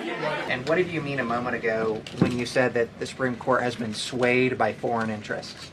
Well, I think that foreign interests are represented by people that I believe have undue influence, have a lot of influence over the Supreme Court, whether it's through fear or respect or friendships, I don't know. But I know some of the people that were involved on the other side, and I don't like them. I think they're real slime balls. And got to do what's right for the country. You got to do what's right for the Constitution. So, since Liberation Day, there's about $175 billion in tariff revenue that is now in limbo. Do you have to refund $175 billion? Think of it, Peter. Very fair question. They take months and months to write an opinion, and they don't even discuss that point. We've taken in hundreds of billions of. I mean, understand the point he's making. Who cares if it's legal? We took in a lot of money. Now, never mind, as we will see, that 90% of that money came from the American consumer. We took in a lot of money, so why would you rule this way? Well, like I gotta that's say, legally relevant. Like that's a legally relevant point. that's the outer borough New Yorker in him. I think what he's getting at is, you took all this time to write a ruling while we're taking in all this money. Now it's a lot to give back. You should have just told us right away before we took the money in. That's a very Queen's take. Sure, but I think he's also saying that in and of itself is such a net good.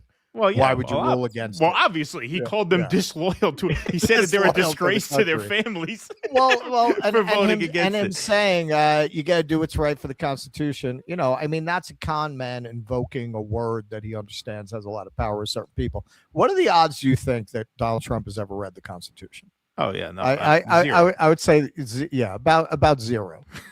Not millions, hundreds of billions of dollars. And so I said, well, what happens to all the money that we took in? It wasn't discussed. Wouldn't you think they would have put one sentence in there saying that keep the money or don't keep the money, right? I guess it has to get litigated for the next 2 years. So they write this terrible, defective decision, totally defective. It's You sure almost John like Roberts didn't not text written you, by keep smart the money? people. And what they do, they don't even talk keep the about money. it. Your question is very basic. That was the first question I asked also to make you feel good. I said, what about all the money that we've taken in? Sir, they don't discuss that. How crazy is that? What you're saying is, are you saying that you don't plan to honor refunds for companies that file for them? I just told you the answer, right? I told No. you the answer. It's not discussed. We'll end up being in court for the next 5 years. You've used the tariff revenue to pay for And I seem to remember with a lot of the MAGA fanatics when we would point out, Donald Trump was notorious for stiffing contractors and forcing them to take him to court. Don't you think that's going to carry over to his presidency? What are you talking about? This is fucking what he always did. He did this. If you're from New York, there were always reports in the newspapers, even when Donald Trump was popular, about poor freaking general contractors who he would make go to court. He was known for doing that. Of course, he's not going to give a penny back to anybody without making them litigate it for as long as possible. Host of federal policies, you claim that they will pay for them. What happens? Well, like the farmers, we took care of farmers. The farmers were mistreated by foreign countries very badly, very, very badly. And last week I gave them $12 billion out of tariff money.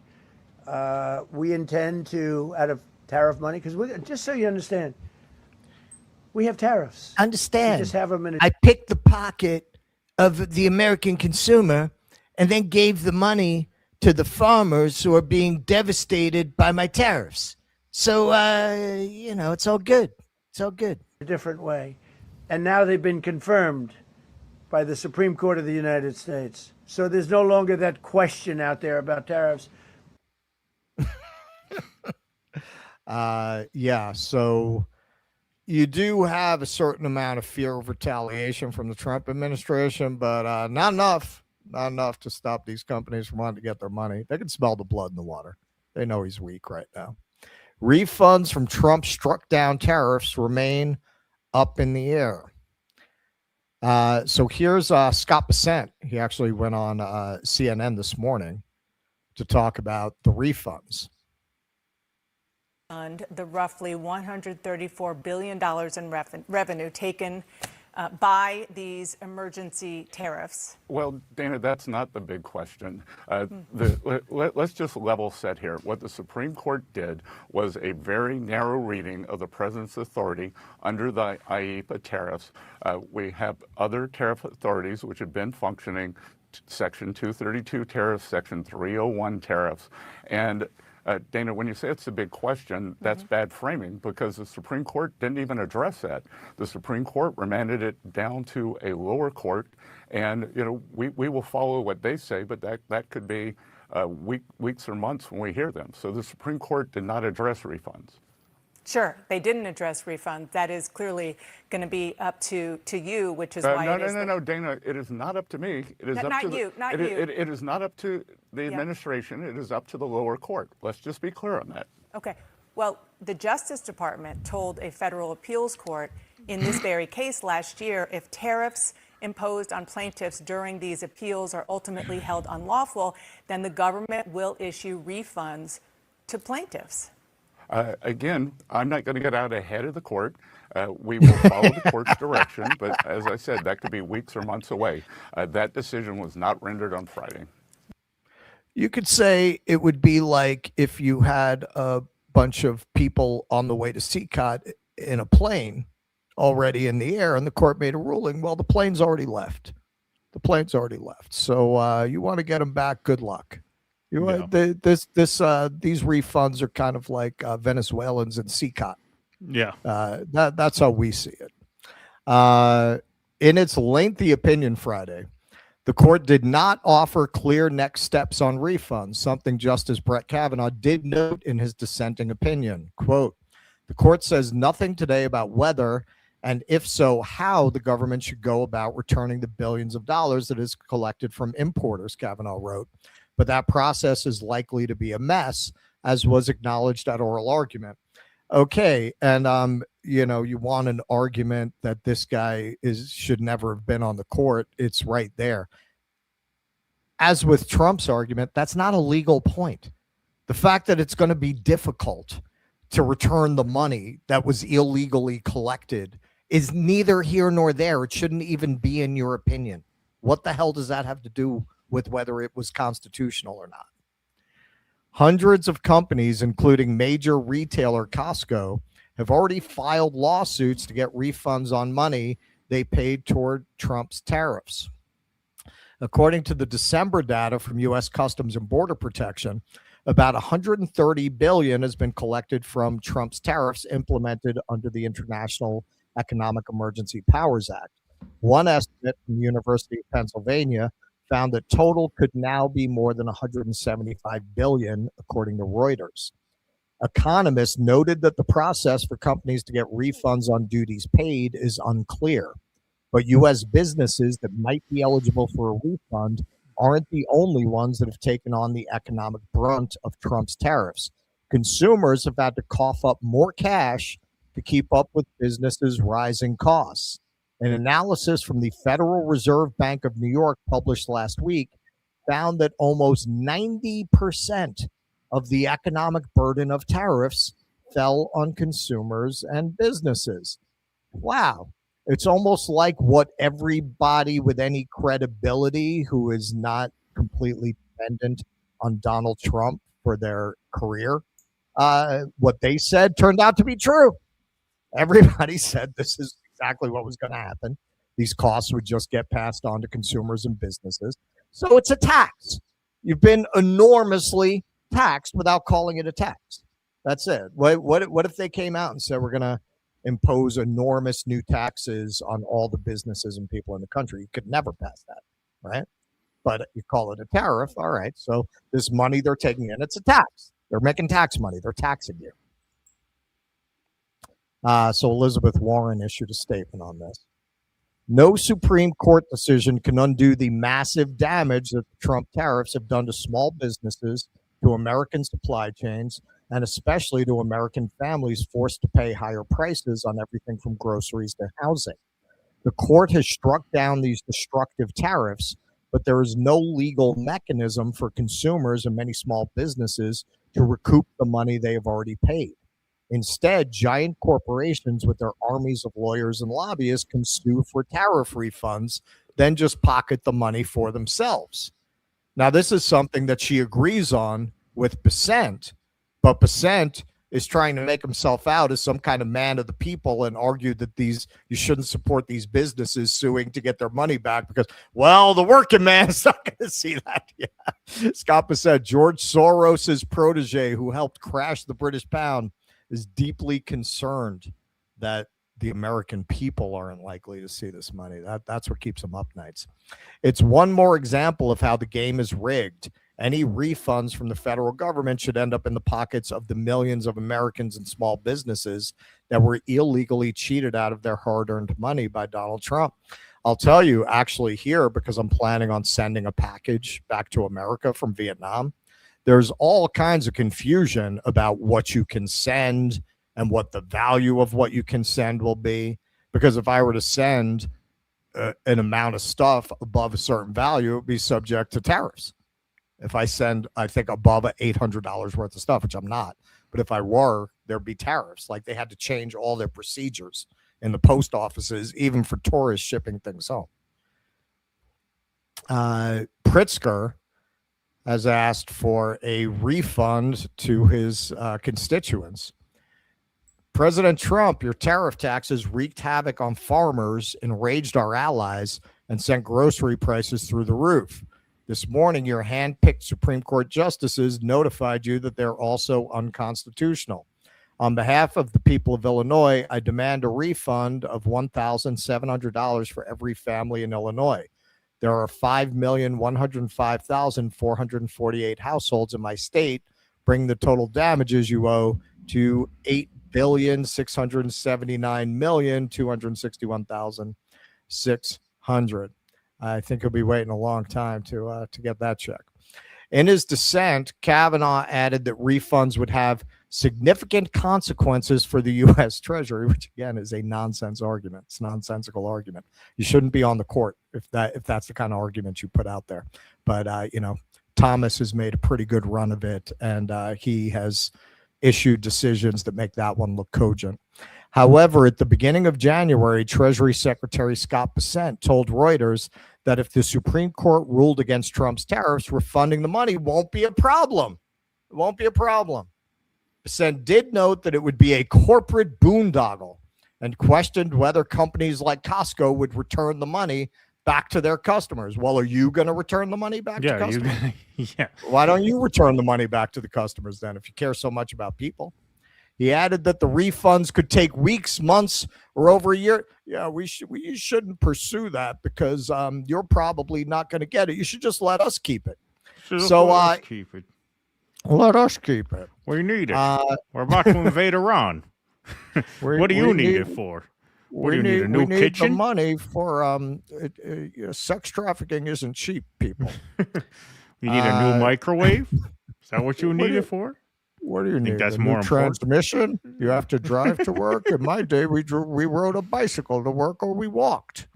We didn't complain that rich people had more than us. We didn't complain about it. We actually we would give our children to them, and we didn't ask what happened in the big house. You didn't ask about that back then when they came back limping and walking funny. We didn't ask about that. We just said pass the gravy. So here he is now. I remember this. He did a whole bunch of interviews where he got asked about this after Liberation Day. Won't be a problem. Yeah, that was his message. That was Bessent's message. Yeah, it won't be a problem. I think he even said that. I could be wrong, but I think he said that in his interview with Tucker around that time. $175 billion in it. So I got a feeling the American people won't see it. Yeah. Okay. Well, let's. Well, because you're not going to give it to them. You're right. You're not going to give it to them. He's trying to make it like this is an issue with the companies suing them. Why don't you just give the money to the consumer then? Not going to do that. Outside of confusion over how refunds would go out, economists have said that Trump has other avenues he could explore to implement tariffs, adding another layer that complicates how and whether companies get refunded. Yeah, this is, I think you could make a solid argument, and you don't want to be hyperbolic. You know, people have a tendency to have a short historical memory. I think you could argue this is the worst administration in American history on every level. Not the most evil per se. I'm not arguing it in that way. You've certainly, I mean, Jesus Christ, I'm in a country where Nixon and Kissinger engineered a genocide, and the whole region, other than Thailand, was subject to that genocidal war. So I'm not saying this is the most evil administration ever. It's the unique combination of evil and total incompetence, and a seeming interest in destroying the country. Like it's hard to understand what they're doing in any other way.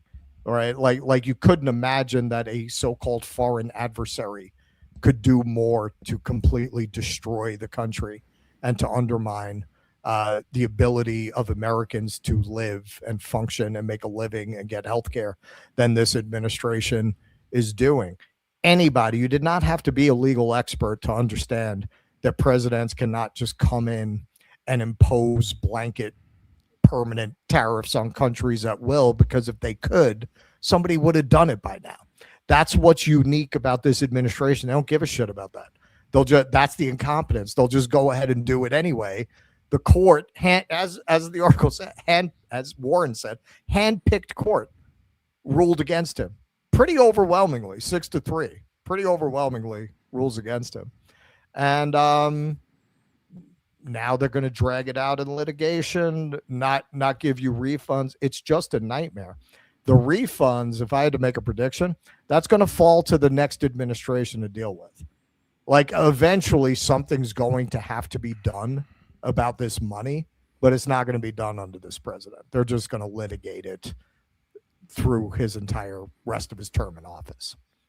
Yeah, I mean, this was obviously just a major blow to them. Now they're talking about 15% global tariffs. I mean, it really is like well, that's what he's doing. That's yeah, what he's doing. 15%. Exactly. Yeah. I mean, it really is like a President Cartman. It's right down to the ranting about the court. Right. The whole purpose of having a Supreme Court, the whole purpose of the judicial branch is that you need to have a branch of government that doesn't care what you think about them. Right. The whole point of the judiciary is that it is unaccountable to the people in that direct kind of way. Right. You can rage at them all you want. They don't care. And sometimes they rule with you. Sometimes they rule the other way. they are supposed to be impervious to exactly the kind of pressure that Donald Trump tried putting on them. They're disloyal, they this and that. No, it is just a tragic comedy of errors. I mean, and look, this is why, to go back to what we were talking about with Peter, I mean, you just look at the map of the approval. There's no red left. I mean, there's literally, you talk about 3 states where he's got solid support. That's it. That's it. Everywhere else, you're talking about either he's underwater or it's very, very close. I mean, you're pulling even in Louisiana, even in Missouri, even in South Carolina. I mean, even in Kansas, close to even in Nebraska, where that Tyson plant closed. Hang on. Was that in the north of Texas? That's Louisiana, right? That's Oklahoma's to the north of Texas. The Panhandle. So that's Oklahoma, the deep to the red east of Texas. Yeah, the deep red one right above Texas is Oklahoma. The one to the right of Oklahoma, east of Oklahoma is Arkansas, and then under that is Louisiana. So yeah, I mean, you're talking about hardly any red left. Look at Nebraska and Kansas. Nebraska, where that Tyson plant closed, which devastated the whole town, that closed not exclusively because of the tariffs, but they cited tariffs as one of the reasons why they just couldn't stay open. Imagine you lose your fucking job because of these tariffs, and then the court deems that they were illegal. Right. I mean, they literally stole these people's livelihoods. Like, and this is just one thing among many. I mean, it's just how do you ask a man to be the last man to be laid off for a mistake? For a mistake, exactly. How do you ask a man to be the last man to behead a chicken for a mistake? I mean, how do you recover from that? How is this a politically survivable program? It's not. This is just one piece of it. I think you're right in terms of when you factor in the nefariousness with the incompetence. Yeah, I think this is just unmatched. I mean, I've never seen an implosion like this. I've said that I'm a broken record. How many times have I said this past year I've never seen anything like this? But it's true. I've never seen anything like this. And now this is the linchpin of the economic agenda. The court just struck it down. You got corporate America wanting their money back. I mean, certain things are just constant truths no matter what. The backbone of Republican politics is always the large corporations, right? And now you have them pissed off wanting a refund. And Scott was, I don't think they're going to see that. I mean, it's... It's really amazing. It really is. It really is just extraordinary. Yep. All right. Let's move right on here. All right, folks. Hey, a quick break here from our new musical sponsor, Tripping Jupiter. They are big fans of the show. And they've just released a new single called This Fuss, which has been called a piece of politically charged Technicolor alt-pop by the UK-based music blog Music Crowns. It's literally written as an anthem for overthrowing the oligarchy, wrapped in a neat little indie pop package. Tripping Jupiter is an independent music project based in New York City. They describe their sound as pushing back against the generic and standing genre on its head. Their music features Gail Ann Dorsey on bass, known for her work with David Bowie, on their debut album Lipstick of the Brave, released in 2022, and on a few others on their upcoming album to be released later this year. It's produced by the Audible Yeas production team of Barb Morrison and Bart Shuttle, who have both, worked with everyone from Blondie to Lady Gaga and many others.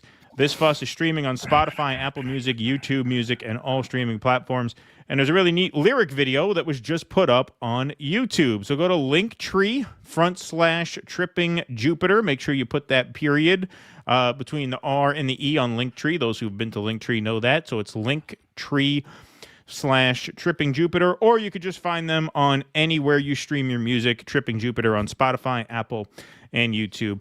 Music, great tune, sounds great. A lot of musical talent involved in here, and it shows in the recording. So please do go check it out and support our sponsors. That's Linktree /Tripping Jupiter, or find them wherever you get your music. All right. I'm just going to say in my defense, of course I know where Louisiana is, but I'm doing these shows on fumes. I'm on fumes. I'm just like, Deep Red by Texas. I wasn't even supposed to be here today. No, I wasn't supposed to be here today. Oh, by the way, I'm glad you mentioned that. So I meant to mention this at the top, but obviously things went haywire at the top. So Derek Brose, who I announced would be on the show, he's traveling, and I guess the snow systems interfered with his travel. So he messaged me yesterday saying, unfortunately, he's not going to be able to make the show tonight. And I said, of course, no worries. So we will likely get that scheduled within a week or two. I'm super excited to talk to him. He's done a lot of great Epstein reporting on Unlimited Hangout and his publication there, The Conscious Resistance. And his book is also really great. I've been reading through it. It's really interesting about opting out of the technocratic state, about withdrawing and building and self-sufficiency and community. And so he's a great dude. Well, and he's the Unabomber's nephew, right? Yeah, right, exactly. Yeah. He's a great dude, and we're looking forward to talking to him. We will have him on within about a week or two. We'll get that rescheduled. I just want to let everybody know that's why he's not here tonight. But he let us know well in advance. He's cool. So can't wait to talk to Derek. All right. Let's go to EO Shush. Palantir would like Vance, but they are... Oh, sorry. Got that one already. Vienticus Prime. I came here strictly for the Chudeo Crispy Chicken Value. The Chudeo Crispy Chicken Values. Got it. So the Art of Vicious, Due Dissidence is the only show where after I listen to Leonard Cohen to cheer up. Good one. Good one. Kevin G says, very impressive that Russ always shows daily even when traveling. This shows discipline and counters the stereotype of Americans being slobs. Thank you, Kevin. Flufflesworth, when Keaton says at Shufflepod, you should say the name of it is The Shuffle. That's right. Speaking of names, will Keaton produce my new band, the Jewish Sex Criminals? Yeah. Yeah. Yeah. So I will say that's something I might do a couple of videos like just about this, kind of thing, like the logistics. Like, yeah, if you're going to be on the road for months like that, you do have to have your shit together. Like, shaving aside, like you have to have very kind of strict ways that you do things, especially if you're creating content, because if you're creating content, you're traveling with a lot of equipment that you don't want to forget or leave behind or break or store badly. So like everything has to be very together. And then your documents, your times, your arrangements for your connections, like, yeah, like you have to be very organized in order to do it, because one wrong move and your plane's gone and now you can't get to the next, it's a lot to keep track of. Shaving's the least of it. Yeah. Furrows Queen, yeah, I swear it was all nice positive stuff. I commented, but the comments disappeared. I recommended you looking at the Gorge documentary on your Counting Crow vid, and on Russ I put love this. Thank you, Furrows Queen. Thank you. Appreciate that very much. Appreciate that very much. I don't see why they would ban that. Yeah, I don't see why they would ban that either. Vienticus Prime, by the way, are these channels also on Rumble? Yes, you can have multiple channels on Rumble as well. Yes. Yeah, both of our channels. I have not. Have you set up a Rumble yet? I haven't. Oh, no, I haven't. Oh, I thought you were talking about ours and Revolutionary Change. Yeah, no, I have not set up a Rumble over there yet. I likely will, although Rumble is mostly like political content, but I guess we can do one over there too. Like, I just don't know how much of an audience there is for that over there. Yeah, but maybe I'll do that. Spike Spiegel, Les Wexner's attorney, leaned in and whispered into his ear, I will fucking kill you if you don't like and subscribe to the Due Dissidence channel. Good one. Appreciate that. All right, got some super chats over there? Sure do. David Santucci. Okay, Peter wins the Trump impersonation contest. All right, so listen. This is an SNL kind of question. Do you like the Dan Aykroyd's interpretation of Nixon thing, which is really what I'm doing with Trump, where, Aykroyd was asked about that, the way that he did Nixon, and they were tripping, apparently, and like, he came up with that, like, Nixon is all arms. He's all arms. That's Nixon, and that became his Nixon. It wasn't like an accurate impersonation, but it captured. It was I'm doing an interpretive Donald Trump. He's got a good impersonation of Donald Trump. He actually sounds like him. Medi O. His name is Randy Swine. I like Fat Randy, man. I like Fat Randy. Fat Randy's kosher barbecue. Sparky. Great work, Keaton and Russell. Zero interest in the Winter Olympics, much less than in the past. Not even figure skating. That's what I'm seeing because usually there's a lot more media coverage. You know, even if I'm not interested, I would see the wallpaper of it, and I'm not seeing that. JB44421. Great show tonight. Best channel on YouTube. Thank you. Thank you. It's very kind of you. Charles H. Diop was talking with my brother about Epstein's clone baby farm, and my brother's response sounds like eugenics to me.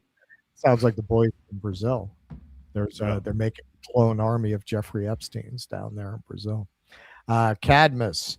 I didn't think MJ was a PD Pete, but the affinity for Peter Pan is sketchy as fuck. J.M. Barry was a PD. I've heard that. I also think a story about an androgynous alien snatching up kids is dark as fuck. Yeah, look, man, there's a lot of red flags there. You're going to have to go a long way to convince me that he wasn't diddling anybody, but I'll listen. Jim Talib, super sticker. Thank you. PW Walker, Nutlick is personally profiting. Nah, I would have included that. Turned out not to be true. His company bought buying refund rights from affected companies for 20 cents on the dollar. All right, so apparently Semaphore had this story, and they're not like a crazy outlet, so I think it's probably true. You know, when they're gonna sell a product, the salespeople go out to pump it. So salespeople send out prospectuses like, yeah, we've already got 10 billion committed and da, da, da. And they're saying, yeah, like that went out and they were talking it up, but we never did it. Yeah, I think what happened is they were going to do it. And somebody sat down and said, yeah, that's just going to look too bad. Like it's going to be too much. Like the amount of blowback we'll get for that is just not worth it. So it looks like it's not true. I was going to make that part of the story, but my research showed it looked like it was credibly debunked. Tom Clubbing. The U2 EP has pro-Palestinian songs. It's hard to tell. Yeah, that's what the reporting says. No, it is hard to tell. This is what I mean. It's not like it apparently there's like songs that there was one song that's like based on the No Other Land film, and then there's a poem by like an Israeli human rights activist that they supposedly set to music, but it's not at all like obvious. Like you wouldn't know unless you read about it. So it's bullshit. I mean, it's a load of garbage. I mean, you know, nice gesture, but like I said, if you want people to turn against Israel, the best thing Bono could do is join the IDF. Like the best thing he could do is the opposite of what he thinks people want. Because he's so repulsive. If he were to join ICE, it would turn a lot of people against ICE. If he were to join the IDF, it would turn a lot of people against Israel. So, you know, it's not good. Bono and Stephen Colbert should join. It's not good. That's the thing. See, I find that Springsteen's obnoxiousness doesn't affect my experience of the music the way U2's does. I sent you that article about the concert prices. Yeah. No, they're expensive. Sparky, if you're going through hell, keep going. Winston Churchill. You know who loves Winston Churchill? Darryl Cooper. Yeah. P.W. Walker. Trump allowed every corporation to jack prices, and now they're getting a huge windfall from these tariff rebates. Will prices go down? Heck no.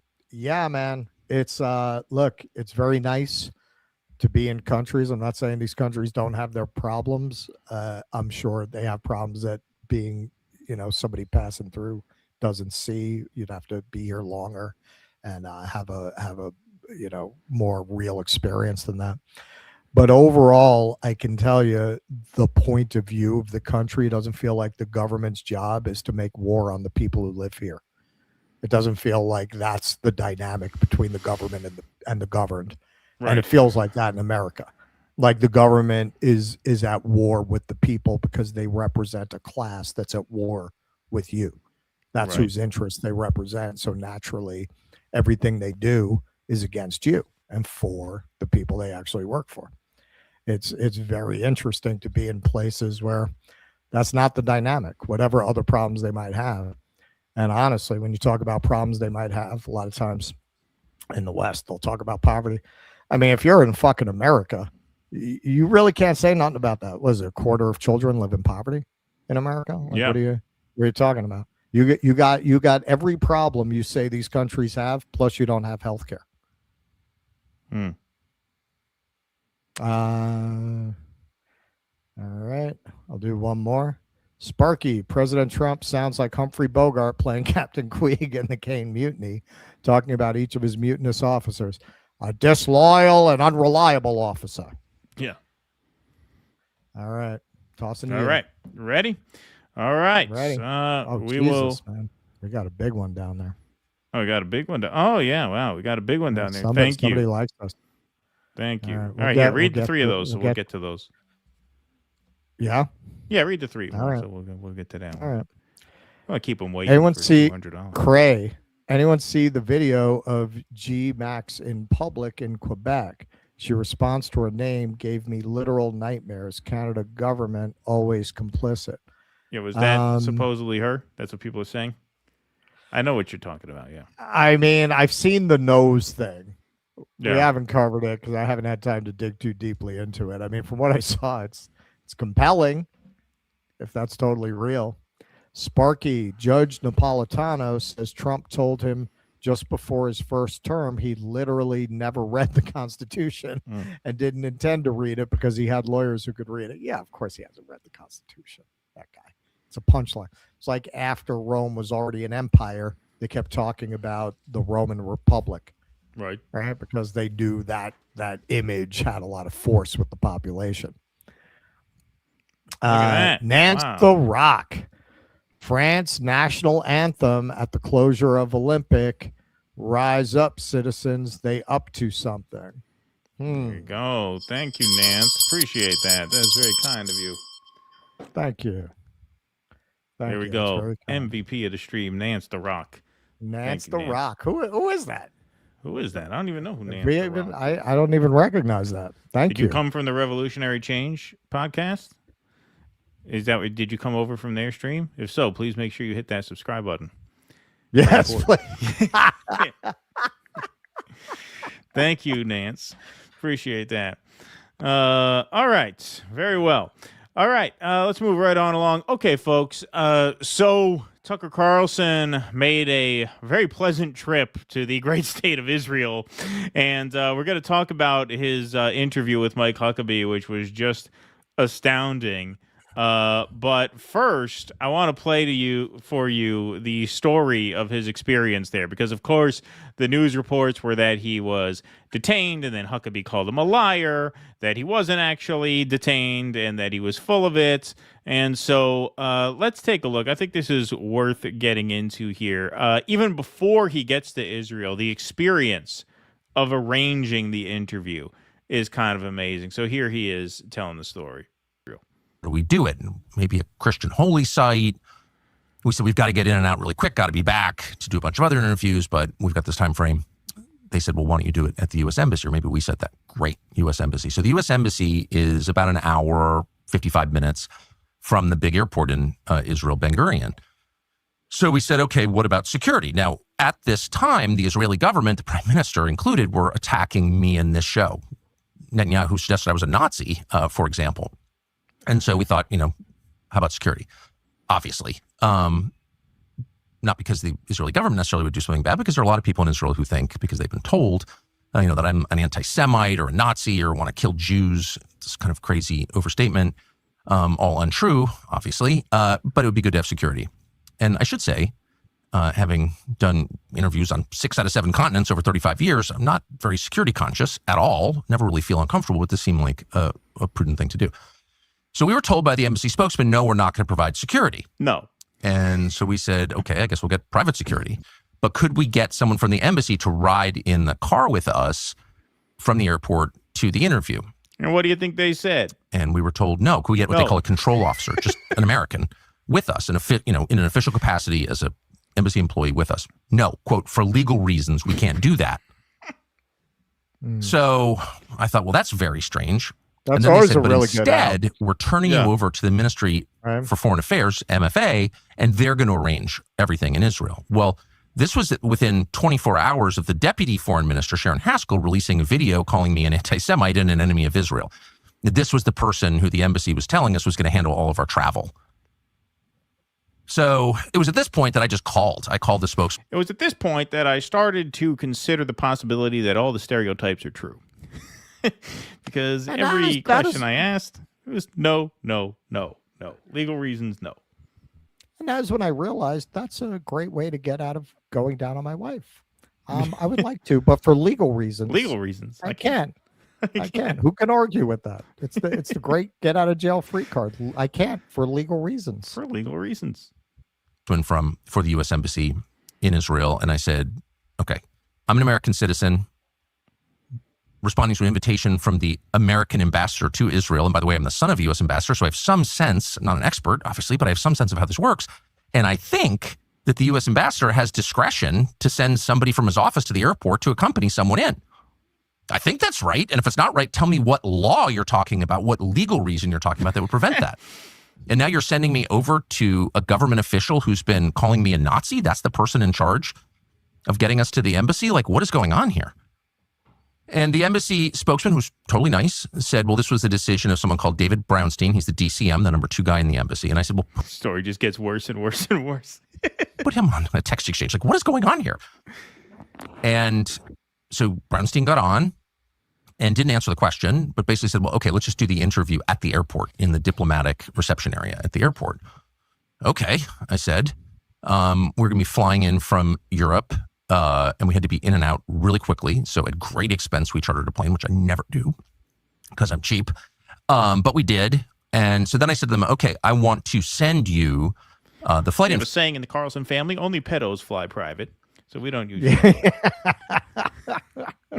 information, tail number, flight number, route, and I want you to pass that on to the Israeli military just so, you know, they don't mistake us for an Iranian drone or something. I mean, not to be paranoid, but again, this is probably the most violent country in the world, Israel.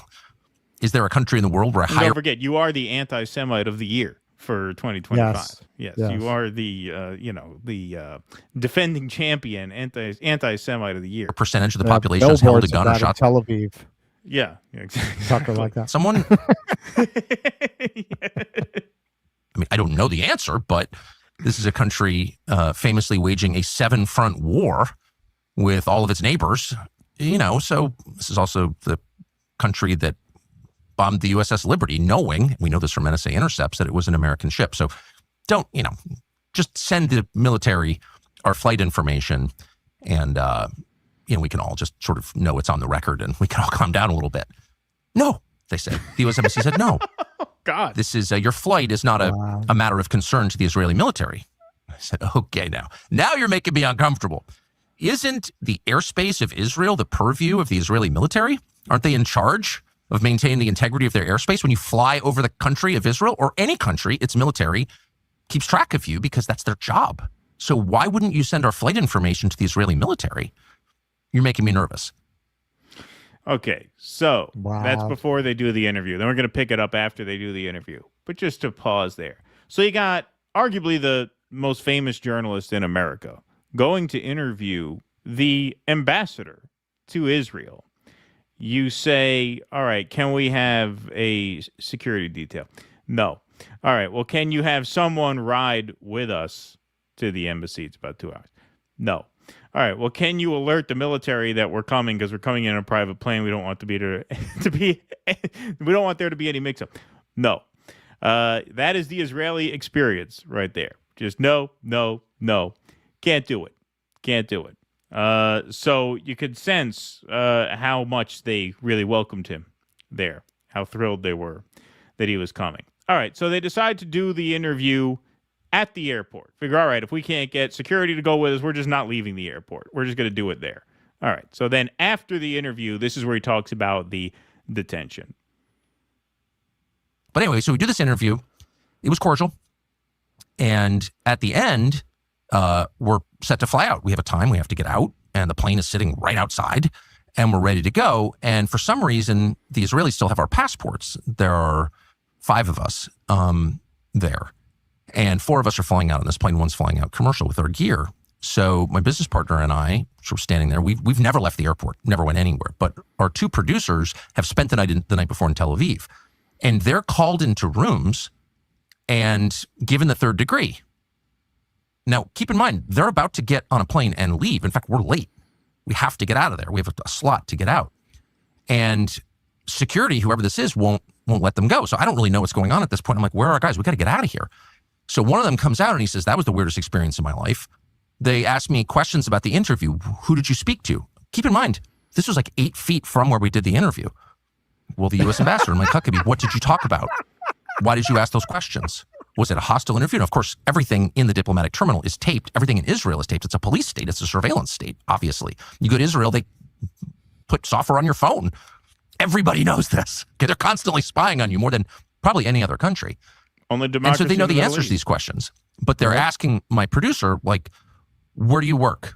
How many people work there? Do you go to the office? Where is the office? What are their names? They're doing like an intel op and a humiliation exercise on my producer. This isn't security. We're leaving right now. And they're holding his passport. The interrogator is holding the passport in his hand as he's asking these questions. So he's telling me this, and I said, this is the most outrageous thing I've ever heard. Huckabee's gone by this point.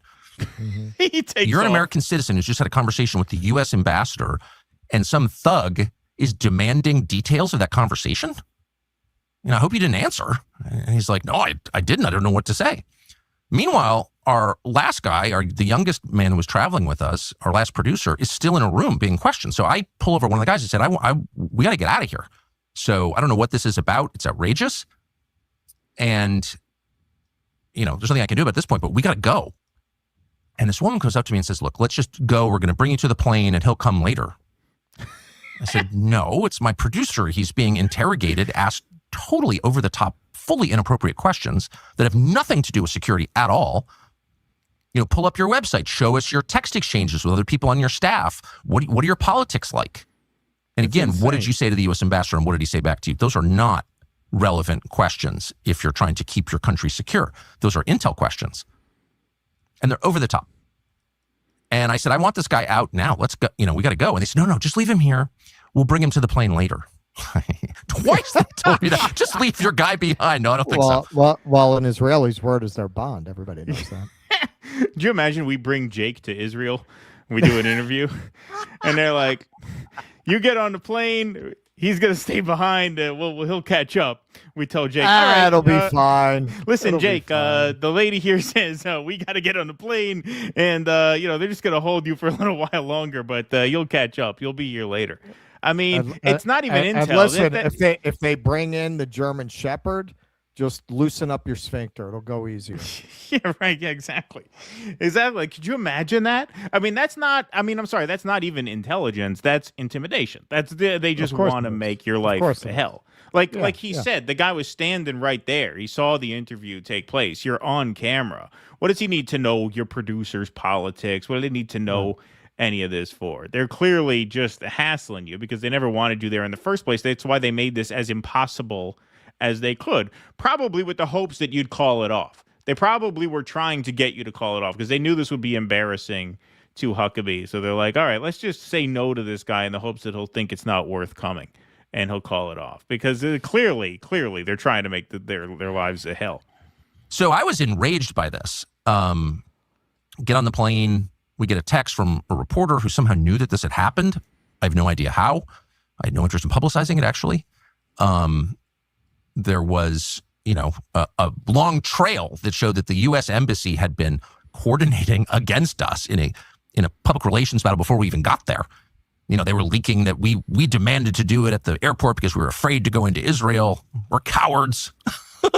Okay. Right, so don't you think that was like premeditated? All right, if they ask for security, we're going to deny them so that maybe they'll be forced to do it at the airport, and then we'll say that they're cowards. Right. Clearly, they were hostile to them before the interview. We're cowards, right?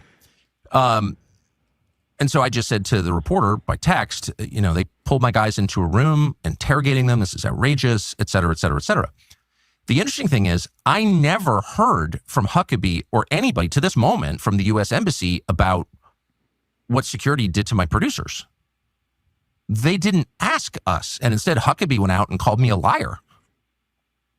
So it raises, again, the question, who exactly is Huckabee working for?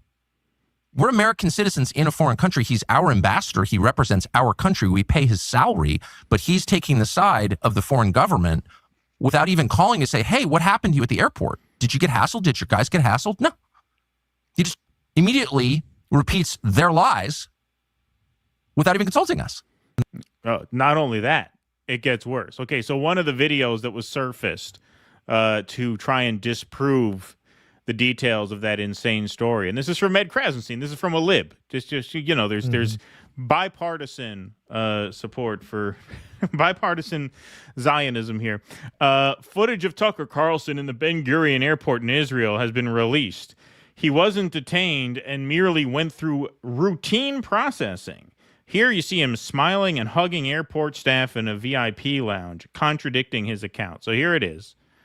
Now, I don't really understand how this contradicts anything. You see him taking a picture with somebody. I mean, that doesn't really seem to be proof of anything at all, but this is what they released as evidence that I guess what? That didn't happen?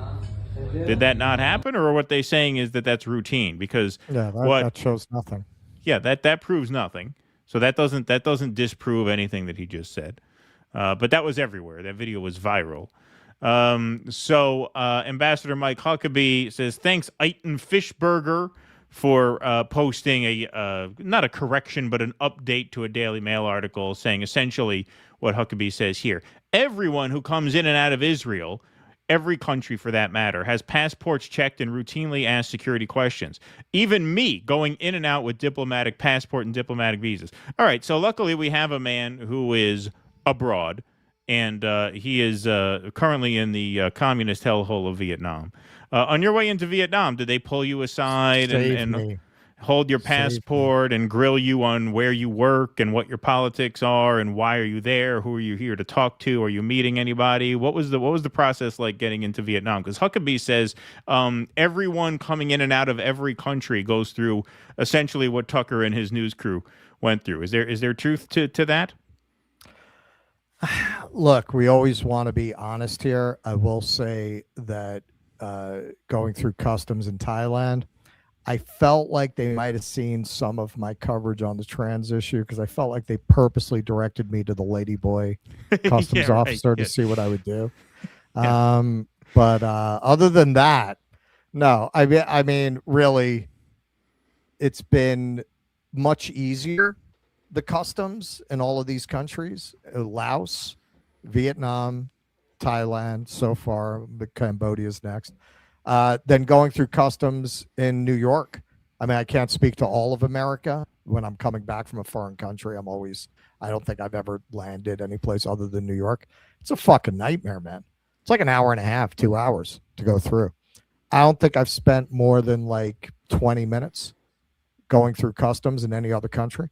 They look at your passport, they stamp it, and you go. And you go. That's right. Okay.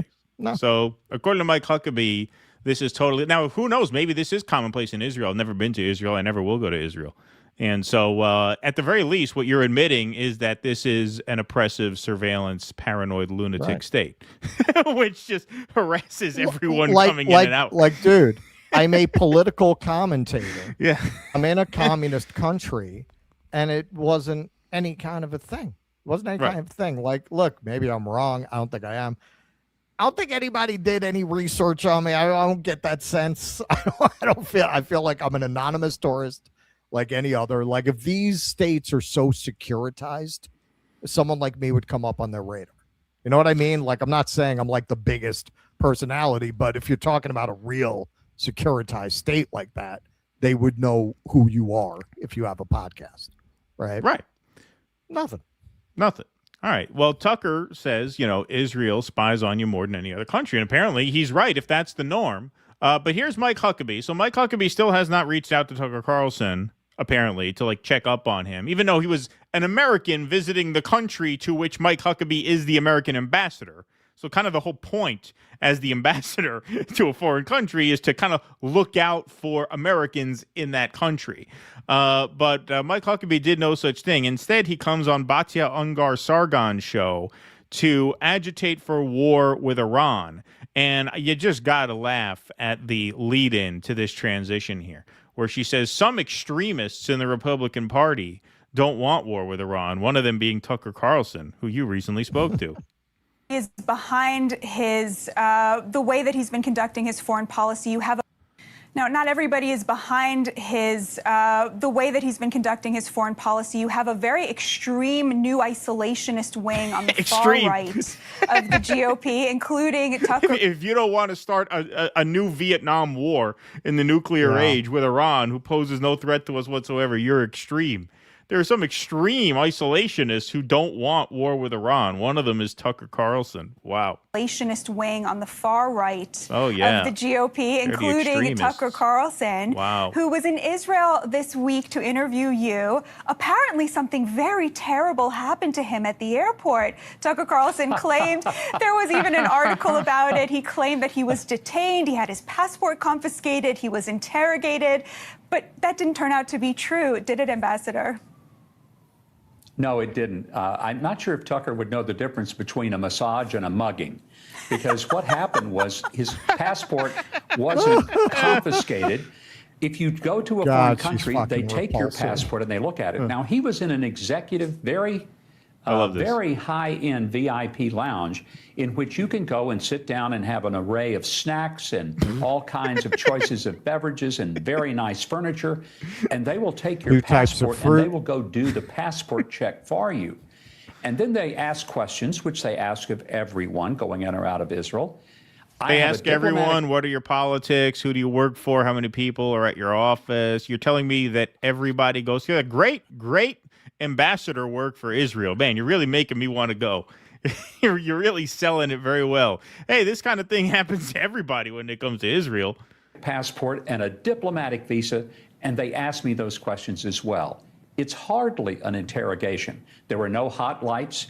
There were no electrical cords being strapped across his back. That's it the was standard. the same treatment that anyone gets. No, they didn't torture him One of the straight. things that he was able He actually to says receive torture. was these nice snacks in a comfortable chair. He got nice snacks in When a the comfortable video chair. surfaced, and it was the security All right, video. yeah, showing- Salted and unsalted peanuts. Yeah, the Israeli is really rubbing off on him. We give you pistachio nuts, shelled pistachio nuts. We give you cranberry juice, and we give you a soft, cushiony chair, and you complain. You complain that we M&Ms. disappeared with your passport, M&Ms, peanut and plain. They melt in your mouth, not in your hand. What's the complaint We about? took out the All you green do is ones as complain. per Tucker's rider. Yeah, exactly. No hot fries. We understand. It's got the goyish stomach there. Doesn't handle the intense flavors. Yeah. What's the stocked fridge full of ketchup and mayonnaise? And going through this terrible Deviled eggs. ordeal. I don't know Deviled how he eggs. made it. It showed that he was hugging the airport employees and taking cell phone pictures with them. So That video shows somebody walked up to him and asked for a selfie, and he gave it to him. That's Right. all that video shows. That video is evidence They're of not nothing. having a big party and popping champagne. Yeah, exactly. I'm just amazed she hasn't done her go-to yet. The working class wants war with Iran. It's only the elites that don't want this war. The working class looks at this and they say, what we would give to eat peanuts on a cushiony chair in a Ben Gurion airport. The working class sees this and says, I have too many sons anyway. I hope one of them dies in Iran for Israel. I can't feed Less all these mouths to children. I feed. hope one of them dies for Israel. It's an economic issue. The That's elites don't torture. understand that. They can feed all my their children. gosh, I'd say that he'd have a hard time if it ever got really, really intense and he actually got arrested with handcuffs and, a baton beating. None of that happened. So he was only in Israel. He didn't claim any of that happened. He never said any of that happened. What? That's the standard, as you just said? Yeah. Oh, no, we didn't beat him with a baton and arrest him and taser his balls like we would if he were a Palestinian or something. So I don't know what he's complaining about. You clearly made the interview as difficult as possible to arrange, probably in the hopes he would call it off, since he made an absolute fool out of Mike Huckabee, which we'll see in a different segment if you're watching the clipped version. And then you busted their balls on the way out, probably because the guy stood 8 feet away and saw you gave the ambassador such a hard time and made the ambassador look like such a fool that you wanted to hassle them on the way out. That's what I think. I think they never wanted the interview to happen in the first place, so they made it as tough as they possibly could. And then when they saw how badly it went for Huckabee, they decided to retaliate by hassling them on the way out. That's my theory. Really, Tucker should be thanking me that he was not introduced to Fido and Spike. And that was only my intervention. There are many reports in my office that we are instructed to ignore about sexual assault by trained German shepherds in Israeli prisons. Tucker was this close to being a German shepherd's bitch. Yeah. He was only in Israel for like maybe 3 hours. What is 3 your hours analysis of total. why he told this yarn? He didn't tell that yarn. He didn't say he was tortured or beaten or arrested. Like, what? Talk about a straw man. The guy says, it's not like we arrested him and tased him and tied his hands behind his back. She says, well, why would he spin there, whatever? Why would he tell this yarn? He didn't say any of that. He said exactly what he said. We all saw what he said. Well, he told it to a reporter who used to work for him, so he knew that he would get the story out the way he wanted to. And He told the reporter what he said on his show, which is that they hassled him and his producers on the way out. That's all he said. That's all he said. That's all he said. Yeah. Obviously, the reporter he told did not ask him, how many times were you struck in the face? How many? He didn't say he was like, it's unbelievable. The lying is just like off the charts. He didn't say he was straight. Never told anybody he was struck in the face. Fisted they used to beat you.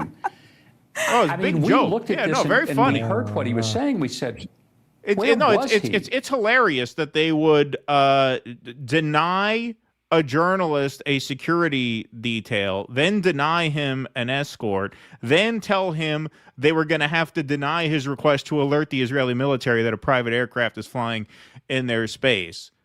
That's really funny. And then it's also really funny that they hassled him and his team on the way out and interrogated them.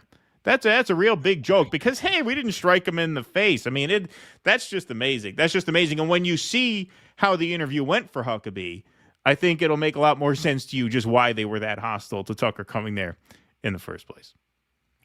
They gave her a show on News Nation. Yeah. I mean, I'd expect her on Newsmax or something. Like, why the hell would they? I thought they were trying to be credible over there. I mean, I guess hiring Chris Cuomo's not a great step in that direction, to be fair. But I didn't get the impression they wanted to swim in the Newsmax OAN waters.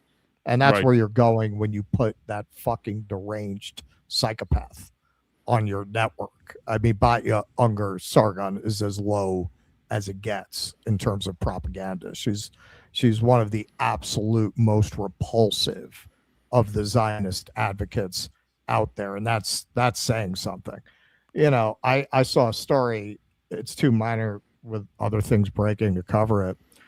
A lot of times you can tell there are big implications to small things. There was a story that just circulated a little bit. A couple of French people, I think it was in Thailand, they heard people speak in Hebrew and they beat the shit out of them in the bathroom. Now, we go to war with Iran, which everybody knows that's at the direction of Israel. Yes. Nobody thinks that's America deciding to do that. I can tell you, and I've told these stories, I can see when I've been on tours with Israelis how other people interact with them. They don't. They completely avoid them. Everybody fucking hates these people.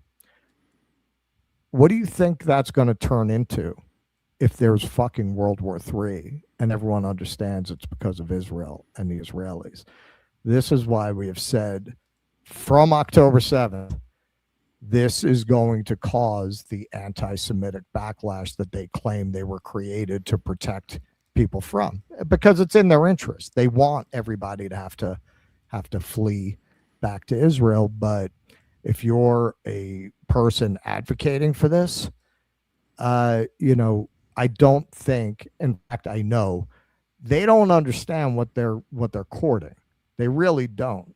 And I think a story like that, yeah, it's a small story. It was only in a few outlets. It has very big implications, especially in combination with other similar stories that we've been hearing.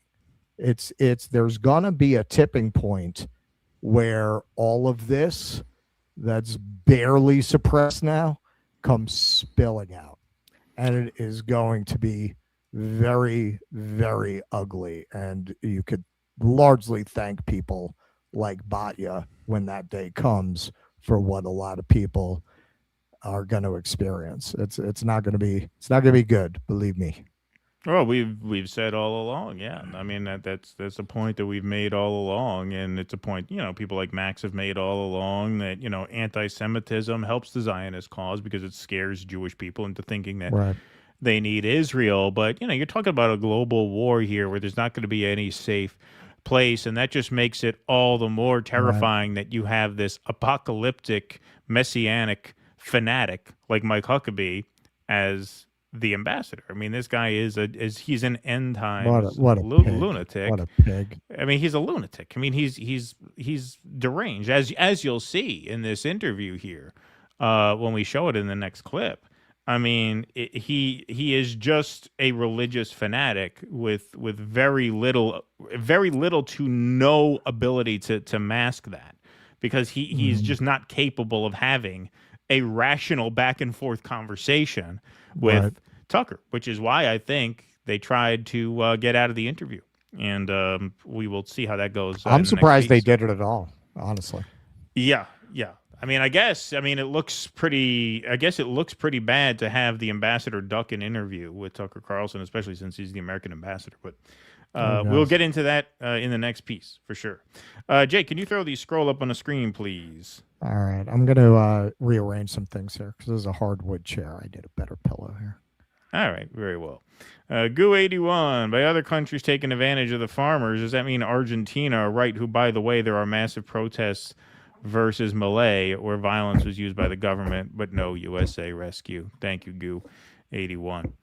All right, folks. If you like what we do here and you'd like to support the show, you can do so by going to dudissidents.com/Patreon/Substack or /locals. Membership starts at just $5 per month. And you get with that your name up here on the scroll. You also get call-in access to our post-show Q&As, which happen every Sunday night over on Rumble. Tonight is Sunday, so we will be heading over there after the conclusion of the program.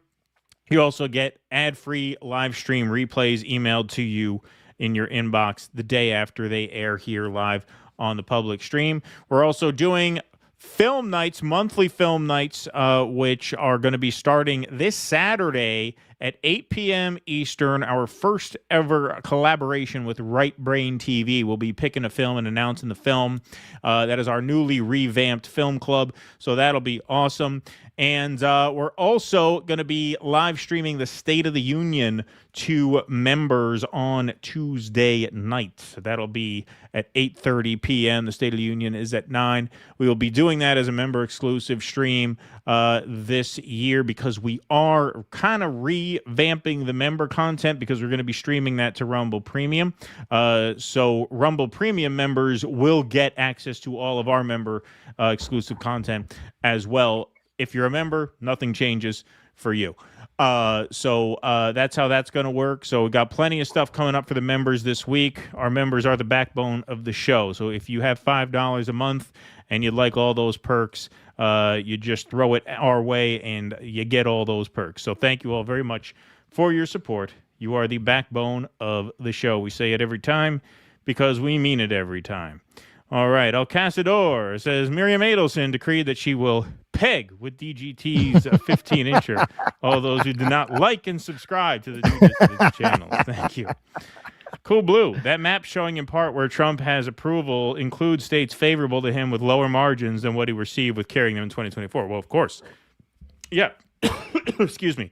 I mean, if he's +2 in Louisiana, that's pretty devastating. I mean, you got to be +20 in Louisiana. Meteor Dreams. Guys, have you seen the Twitter beef about Korean racism against Southeast Asians and Latinos? They call us monkeys. It all started over K-pop or K-poop, as I call it. You guys should look it up. I haven't seen that. I haven't seen you in a while, I like Meteor K-pop Dreams. Demon Hunter. haven't seen Meteor Dreams in a while. Yeah. Where you been? Devane says, watch moonshots on YouTube if you want to see what they are planning for the Earth, and tech bros are cheering it on. Can't opt out of a Dyson swarm that creates a ring around Earth. Bug fan. Thank you for that. Kemen G. Bono, where the streets have no shame. Good one. All right. Let's see. What do we got here? Vienticus Prime. The nose thing with Diddy doesn't seem legit. The images appear to be different camera heights. Pay attention to the fat on the jawline. Interesting. Spike Spiegel. Some people call him Randy Fine, but to me, his name is Robert Paulson. His name is Robert Paulson. His name is Robert Paulson. Fight Club reference. Thank you. Vienticus says you get a lot of bullshit out there. I was watching this guy on Iverson the other day selling the red light bullshit. I've been getting red light therapy for 50 years. It's called incandescent bulbs. Thank you, Vienticus. All right. You got some super chats over there? I do. Dominic D'Angelo, best U2 song was The Wanderer by Johnny Cash. Interesting. That's off of, what is that? Zooropa? It's not Octung Baby, right? That's off Zooropa, right? It's 93, right? That's one, that's coming up. That's coming up on my show soon. U2 is not going to make any of the lists, though. They're not an album band. Like, I like some of their songs. They're a hits band. Yeah, they don't have good albums. They have like 2 good songs in every album. So they have like 3 albums worth of great songs. One of my favorite memes was everybody pretended to like YouTube because nobody wanted to make it weird. Yeah. Yeah. Everyone pretended to like them more than they liked them. Like, who really liked them? The only album like you of were theirs that supposed to like them, but who really did? The only album of theirs that I actually like, I think, is War. That was one that Steve Lillywhite did. That's what Sunday Bloody Sunday, because to me that has a vibe. The drums sound like machine guns on that. It sounds like War. So that was a good album. But the rest of them is just a couple good songs and that's it. You there? Yeah, I'm here. All right, good. All right, so that wasn't you, that was me. All right. I don't know if anybody froze so much as we just stopped doing the show for three and a half seconds. No, for me, I was getting the wheel. Oh, okay. So yeah, that must have been you.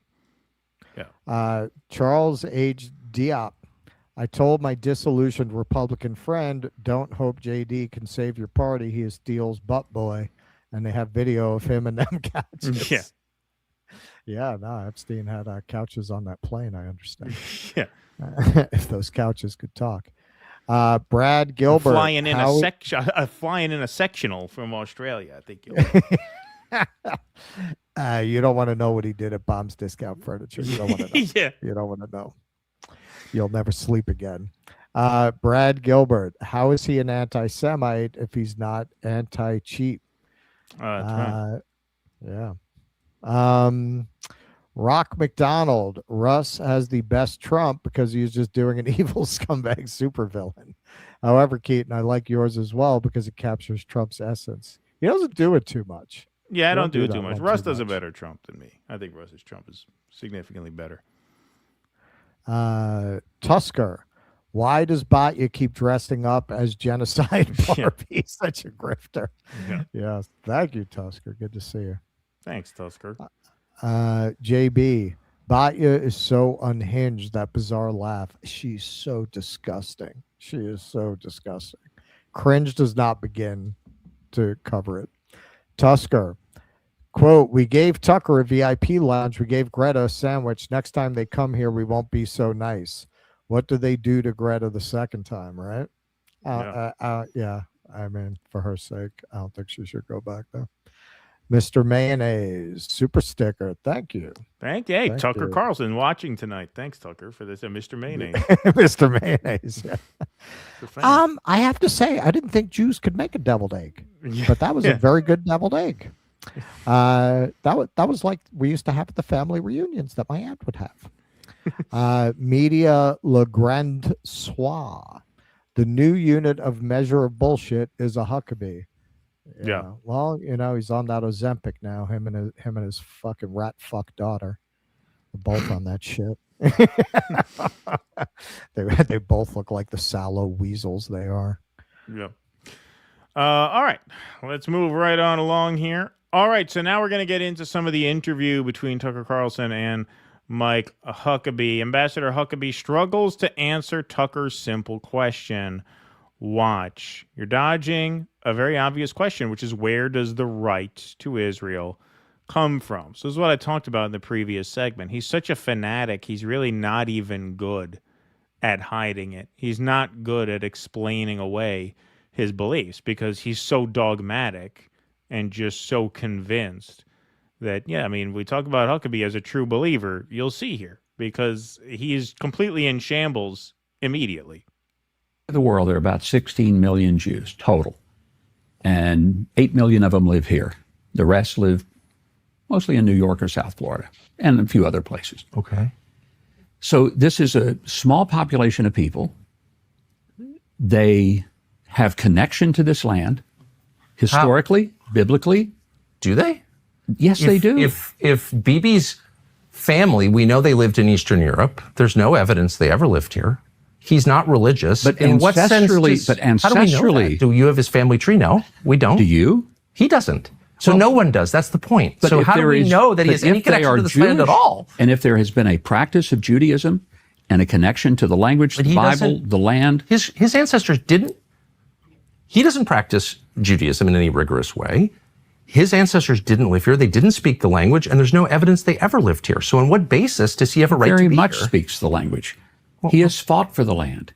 His family has fought for the land. Dodging a very obvious question, which is where does this right come from? And the reason it's meaningful is because there are a lot of people in the territory that Israel controls today, particularly in the West Bank, who, through genetic testing, we can know their families have been here for thousands of years. We don't, i.e., the Palestinians, know whether they practiced Judaism, whether they were Samaritans, pre-Islam. We don't know that. A lot of them we know have been Christians for 2,000 years.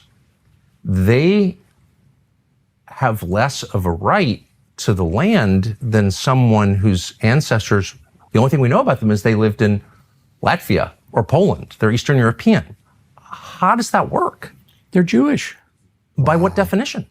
They're Jewish by their But how do we know they have any connection They're to Jewish the by Jews their of the, faith. They're of the Jewish Bible? by the connection to the language. Jewish by the connection to the Torah. What about the lands? He's asking about the lands. Right. But okay, all that, fine. Yeah, they have a right to all that. Do they have a right to the lands? That's the question. Notice he can't answer. Can't answer. It's honestly, I mean, this is a really good illustration of how Israel's actions post October 7th have forced a lot of things into public consciousness that no one was even thinking about. Yeah, Tucker wasn't talking this shit ever. But most people had never thought about that. Honestly, I think most people had never thought about whether the Israelis were descended from the Hebrews of the Bible. And now this is becoming a mainstream topic of conversation. And it's just amazing.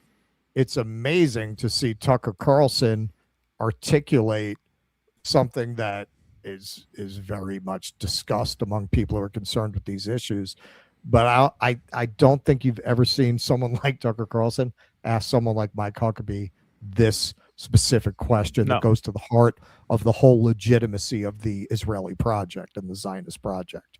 Right. And because Huckabee is such a religious fanatic, he can't articulate it in any terms but that. Right. And so that explanation obviously has a very narrow appeal, right? Because you're literally preaching to the choir at that point, right? Like, who else do you convince with that argument? But he has no other argument, as we see here. But how do we know that Bibi, specifically Bibi's ancestors, ever lived here? How do we know that? I'm not sure if I understand your question. How do I think you understand his question very well. I think you understand that there's no answer to that question that would satisfy the kinds of people who you're hoping to persuade to your cause. I think that's the issue. It's about as straightforward a question as you could possibly ask. Let's hear it one more time, because he says he doesn't understand. Ancestors ever lived here? How do we know that? I'm not sure if I understand your question. How do we know if the Prime Minister of Israel's ancestors ever lived? Maybe I could ask you, how do we know they didn't? I mean, The prosecution rests its case. I mean, how do we know they didn't? That's your answer? That's your answer. That's biblical scholar, ambassador to Israel, Mike Huckabee's answer. How do we know they didn't? It's embarrassing. It's fucking embarrassing. I mean, well, it's on the basis of the claim that they did that all kinds of things happen. People are displaced. There's a money flow. I mean, it's a big question. A lot hangs on this. It's not some theoretical thing like, oh, did my grandparents do this or do that? It's like, no, we have a right to be here because my ancestors were here. Okay, how do we know they were here? I'm totally unable to process what you're trying to get at. It's got nothing. That was even worse than Ted Cruz. That's incredible. That was even worse than, what do you call him? A feline sleaze or something? A sleazy feline? Sleazy even feline. Worse than sleazy feline Ted Cruz. I mean, Ted Cruz looked like Christopher Hitchens next to that. I mean, that was just unbelievable. Just totally in shambles. Okay, so now we get to... It's very simple, Tucker. Do you want our Lord and Savior back? Okay, well, yeah. Let me put this in terms you'll understand, Tucker. Jews make world go boom. We rapture. We rapture. Jesus, come back. That's it. That's the answer to your question. That's it. That's the answer. That's right. All right. Well, now we get to really what is behind Mike Huckabee's fanaticism here, where he finally breaks and just says, hey, you know what? If the Jews want it all, they can have the whole Middle East. Genesis 15 says it's Abram, it's pre-Abraham, it's Abram, receives from God the news that his descendants will inherit the land. And you tell me as the theologian if I'm getting this wrong, but from the Euphrates to the Nile. I think that's right. And that would include basically the entire Middle East. That would be the Levant. So that would be Israel, Jordan, Syria, Lebanon. It would also be big parts of Saudi Arabia and Iraq. It would be, not sure it would go that far. I mean, it would be a big piece of land, but here's the point. It would be a lot of places that are now countries. But this particular area that we're talking about now, Israel, is a land that God gave through Abraham to a people that he chose. It was a people, a place, and a purpose. We can look at it that way. Christian Zionism, I want to go back because that's where we started. I'm not going to let you off on this because you have said it 3 times that God gave this land to this people. And so it is entirely fair for me with respect to ask, what land are you talking about? Because I just read Genesis 15, as I have many times. And that land, I think it says, from the Nile to the Euphrates, which is, once again, basically the entire Middle East. So God gave that land to his people, the Jews, or he didn't. You're saying he did. What does that mean? Does Israel have the right to that land? Because you're appealing to Genesis. You're saying that's the original deed. It would be fine if they took it all. Well, there you have it. Wow. Finally, you get it out of them. It would be fine if they took it all. So that's amazing. That's amazing. I mean, now you get a little bit of an idea of why they gave Tucker such a hard time coming in and going out, right? Because, I mean, you squeeze that out of him. Finally, that's really all he has to say. And the 2 blue lines on the Israeli flag, signify the Nile and the Euphrates. I always thought it signified the Jordan and the Mediterranean. Apparently, that's been some interpretations, but most people understand it to mean the entire Middle East, Middle East, and that's what Mike Huckabee believes. And that's your ambassador to Israel on the eve of a war with Iran. It's extraordinarily scary to have these just completely irrational, fanatical maniacs in such high places at a time like this. It really is a very, very scary moment. Yeah, I mean, as I was kind of intimating in the last segment, maybe it didn't come off as positive as I had intended. I think this is the high watermark for Israel, man. I really do. It's one of those, it's darkest before the dawn things. you cannot maintain power with this much universal global antipathy towards your entire nation and ideology. Like in the end, it's going to snap. It's going to break. You can't maintain this. You can't maintain this. You have turned generations completely against Israel. There is no way that Israel going forward is going to be able to survive as the apartheid state that it is. I know at this moment, when all of the power seems to be on that side, it's hard to imagine that. But we've seen this in history before. Like in the end, you do need a certain consent of people to maintain that kind of power. And when you lose it on such a universal basis, where literally the only people who seem to support Israel are some paid influencers, some really repulsive fanatics, and politicians who are paid to support Israel, that's not sustainable. Yep. Agreed. All right. Let's take some more Super Chats and Rumble Rants, and we got one more segment before the Q&A. Siddhartha Vicious, if it wasn't for the announcer dragging Israel during their bobsled run, I wouldn't have known the Olympics were on. Yeah, exactly. Vienticus, it was obvious that same guy Iverson was a scam artist or very stupid when he said PEMF was healthy, but EMF from the phone is bad for you. The total WTF is this stupid shit moment. Guys, the whole point of why we have technology is that nothing works. Thank you, Vienticus. Stoop Sign says, Huckabee just proved it's possible to torture a straw man. That's right. As far as Peter Hager, what did Russ say about Jimmy at one point? I don't have to agree with him. I just have to trust him. That's right. Kevin G, some progressives are saying that Trump is attacking Iran because he wants to. Israel is a minor player. That's Israel's war. Yeah, that's ridiculous. No, this is obviously Israel's war. It's the most obvious thing in the world. A lot of K-poop stands are mad because Bad Bunny played the Super Bowl. And now they are pushing for next year's halftime show to be played by a K-pop group. Is that right? Virtuoso, I can't even get this plastic display stand that I bought from an eBay merchant from Canada through U.S. Customs because this big orange regard ended the de minimis exemption for cheap imports. Wow. That's what I'm talking about. Wow. Oh, man. Like, you know, I want to buy little souvenirs as I go, nothing big, but it adds up in your luggage. So I was gonna do a shipment from Hanoi, but because of Tet, the post office closed. So now I'm going to do it from Hue, but I was looking into it. Yeah, like I'm going to have to fill out a whole customs form about how much it's worth. Like, you know, I don't buy expensive things, so it's going to be under that. But still, yeah, man, they made it a nightmare for everybody who needs to ship anything from overseas. Yeah. Meteor Dreams, what they fail to realize is Bad Bunny's performance comes at a time where Latinos are being targeted in a way Asians are not.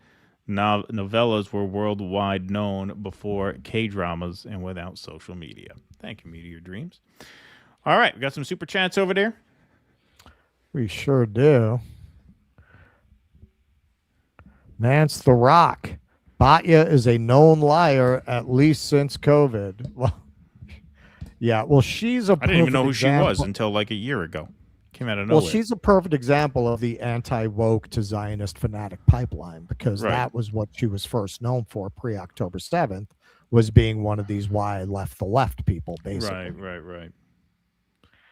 Kuznetsky Bassane, you guys are swatting it out of the park again. Thank you. Speaking of that, we are at 2,900 strong in the YouTube chat. That's good for one of these. In the year 2525. And 1,419 in the like column. Got a unicorn tonight, the 666 with the Iron Maiden shirt. Yep. Mm-hmm. Only happens once a month or so. Yeah. Four Trees. Russell has the best DJ Tay impression. Well, I'm sure Dan Aykroyd would agree. You ever see his Nixon? His Nixon was funny. Yes. Yeah, get up in the morning and we would have cereal.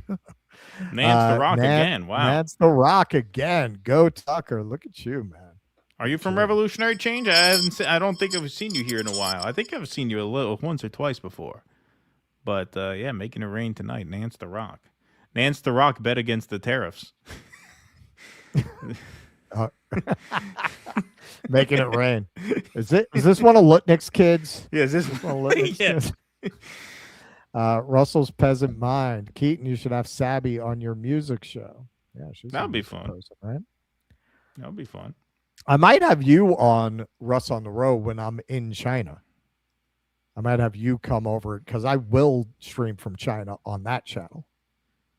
So I might have you come on. All right. Be like a special guest. Special guest in China. Frank, that's his big opportunity to get rid of me. I stream him into China. He's going to be like, yeah, I hear it's a surveillance state. Yeah.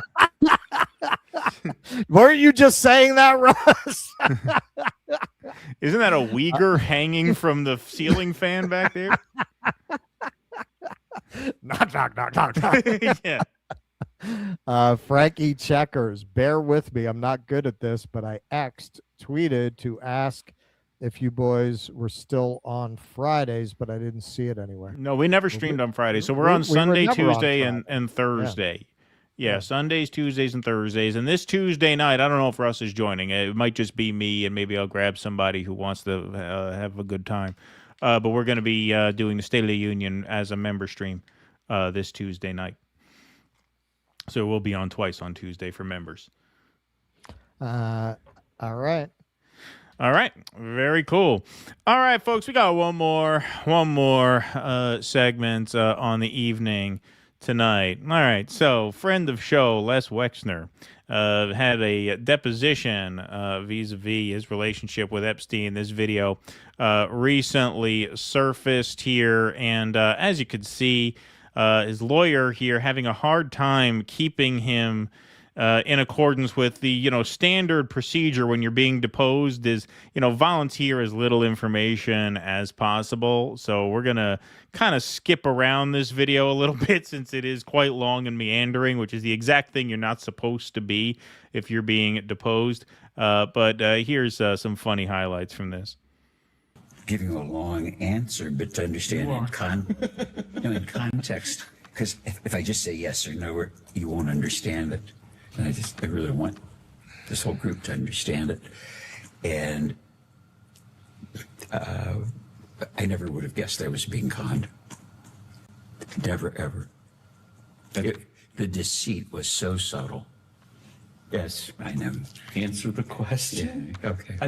I'm sure we all appreciate the stories. We're just trying to answer the questions they actually want to be answered. Okay. That's very helpful. Thank you. I hope it is. And could I ask you, I think you said in the last hour, it was your understanding that Mr. Epstein, while he was working for you, also had other clients. Is that right? Yes. So would that mean that his work for you, you understood it to be part-time? Yes or no? Yes or no? Come on. I wouldn't describe it that way. I knew it wasn't full-time. I thought it wasn't full-time because he had other clients of substance, real substance. As a listener, it sounds like substantial demands that you're describing. You were, and of course are, one of the wealthiest people in the country, managing all of your personal affairs. I would think would typically demand all of somebody's bandwidth. It sounds like that was an issue with the guy before Epstein. How was he able to do that job, but also do work for other clients at the same time? Well, like Peg does the work now. I think you could supervise the work, overview it, which isn't the work that I do, and say you could do really thorough work if you were doing it 3 or 4 days a month. All right, blah, blah, blah. A lot of word salad here. You see him kind of squirming. The lawyer's looking at him. Tax lawyers and other people. And then what's in setting up, as an example, I didn't have the idea to inventory furniture. The lawyer's like me when Russ is doing like a Star Wars segment. I'm sitting there. Hey, I said that video was going to be my final statement on it, Have I done any Star No, Wars? it was. segments You and made stuff? good on that. You made good on that. But yeah, That was lawyers. it. I That said what I had lawyers. to say. Lawyers having a hard time. Okay, so finally, we don't have to sit through all the word salad here. This goes on for a long time. So here now comes the money shot. And I Here. said, well, why don't we keep inventories of stuff? And she said, well, yeah, I could do that. So she did that as kind of a puny example, but I wouldn't have had the idea. But then all the things were inventoried. That wasn't work for me or Jeffrey. It was just regularly done. Listen.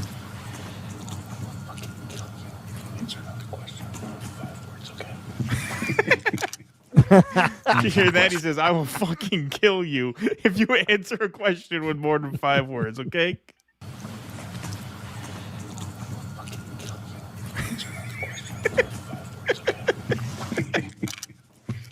Answer the question. Okay. And now answer the question. Oh, that's amazing. It's amazing. Well, I mean, that was a lot of word salad. But that kind of set the tone for the deposition. And so now here we're going to see some revelations that are being reported on now. Jeffrey Epstein's business ties with banker Arian de Rothschild revealed. So this is what they're referring to here. Experience at an industrial level, like working for a big company like Bear Stearns, and then he had done personal work for the Rothschild family in France. Personal wealth management, essentially? I don't know. We've seen some reports that he would present himself as a bounty hunter, that he would find people's missing money. Do you recall him saying anything like that? No. Well, specifically, I talked to Ellie de Rothschild, and so I mentioned that earlier. So he represented their whole family, so there had been a whole bunch of people. I mean, most of them I never would have met, but I knew Ellie. I never met people, but there were people that called me that either insinuated or said they knew Jeffrey through a financial relationship. And so, I mean, they could have been actors, but in the time, a guy calls me up. I'll give you an example. It's just a no, because I want you to understand this, because it's so confusing to me. He would say, like, I'm providing financial advice to the founders of Google. I'm providing financial advice to Jeff Bezos. Oh, wow. I'm providing financial advice for the chief technologist at Google. And wow, I'm in good company, because these are really smart guys with a lot of money. Yeah, really smart guys, a lot of money. It's Epstein's world. What do we say? It's Epstein's world, baby. Well, you're just living in it. You're just living in it. Everything. I mean, this would be, talk about a great plot for The Matrix, right? Where the fucking like the world is the world, and they're really, the pods are all on Epstein Island, right? Yeah. Like, because that's what it feels like when you just see how deep this goes. And you have to put yourself in the mindset of if my attorney said, he was qualified to argue in front of the Supreme Court, I'd believe him. I didn't say to call the Supreme Court and say, tell me, is he really an attorney, or did he do this?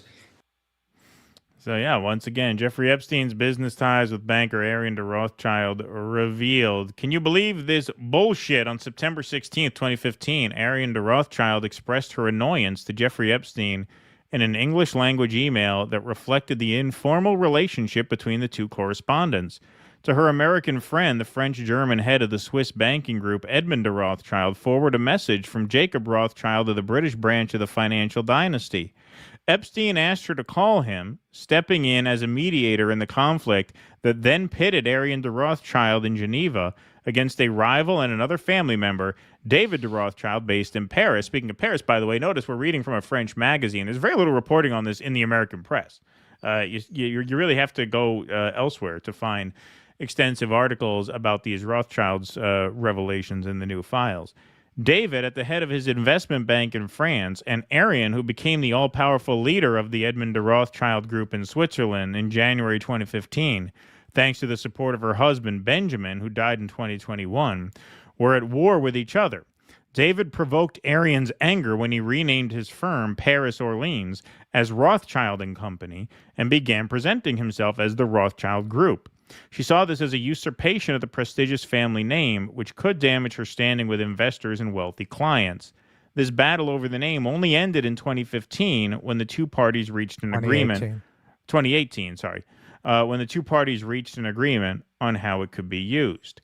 Taken from the so-called Epstein files, millions of legal documents released by the U.S. Department of Justice, these exchanges shed light on the extremely close relationship that existed between Arian de Rothschild, who holds the title of Baroness and whose personal fortune is an estimated 5.3 billion euro by the French business magazine Challenge, and Epstein.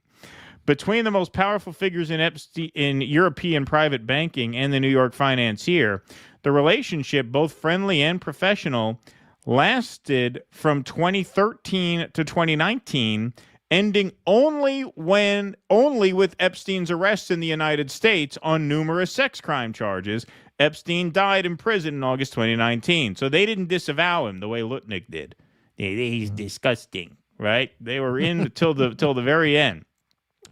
First revealed by the Wall Street Journal in 2023, their connection was initially downplayed by de Rothschild. The latest set of the Epstein files, published on January 30th by U.S. authorities, has shattered that version of events. Hundreds of emails show that Epstein was a close friend of the 60-year-old banker and acted as her unofficial business advisor. Since their release, these documents have fueled the most absurd conspiracy theories and countless anti-Semitic posts. So, well, maybe they wouldn't fuel so many conspiracy theories if you didn't downplay them and lie about them the way you constantly did. None of the material reviewed by Le Monde implicates the Rothschilds in Epstein's sexual crimes. No one's saying they did, but you talk about conspiracy theories coming true. You talk about, Alex Jones being vindicated at the exact wrong time, right? I mean, that's what the lesson of so many of these Epstein files are. And of course, the Balfour Declaration, of course, was written to Lionel Rothschild. So this is this day in history. On November 2nd, 1917, Foreign Secretary Arthur James Balfour writes an important letter to Britain's most illustrious Jewish citizen, Baron Lionel Walter Rothschild, expressing the British government's support for a Jewish homeland in Palestine. The letter would eventually become known as the Balfour Declaration. So see, goes way back. And yeah, this is the entire Balfour Declaration. Not a long document, 67 words. Dear Lord Rothschild, I have... What is this bullshit here? Okay. No, sorry, that was a computer warning. Dear Lord Rothschild, I have much pleasure in conveying to you, on behalf of His Majesty's government, the following declaration of sympathy with Jewish Zionist aspirations, which has been submitted to and approved by the Cabinet. His Majesty's government view with favor the establishment in Palestine of a national home for the Jewish people and will use their best endeavors to facilitate the achievement of this object, it being clearly understood that nothing shall be done which may prejudice the civil and religious rights of existing non-Jewish communities in Palestine or the rights and political status enjoyed by Jews in any other country. I should be grateful if you would bring this declaration to the knowledge of the Zionist Federation. Yours truly, Wilt Chamberlain. That's right, Wilt Chamberlain. Wilt Chamberlain wrote about this. Some say this is how he got his career in basketball. This is why they led him into the NBA because he wrote the Balfour Declaration. But no, he wrote the Balfour Declaration while slamming Lady Balfour. Yeah, right. Yeah, exactly. Exactly. But yeah, so once again, you live at a time where, as much as the press wants to call these things conspiracy theories, it is just amazing to see just how much truth there is to a lot of this wild speculation that was, always dismissed as being bigoted or prejudiced in a certain way. Yeah. No, I mean it. Like I said, I mean it's common knowledge. I mean, there's nothing conspiratorial or sinister about it. I mean, this is the fucking History Channel here. You know, when you look at Whitney Webb's reporting, even about Les Wexner himself, it's all sourced from like publications and articles. Like, you know, you could say someone's a conspiracy theorist for like, I don't know what, aggregating information into a narrative. Does that make you a conspiracy theorist, or does that make you just a researcher? But yeah, that was viral video of the lawyer just telling him I'll fucking kill you if you don't shut up, if you answer any more than 5 words. But yeah, I mean, this is just one more example of the conspiracy people being, you know, essentially more or less proved correct in their, or at least validated in their speculation, right? Like it, you know, certain narratives are impossible to put together from A to Z, but what you see here and what is revealed in these files is what I said.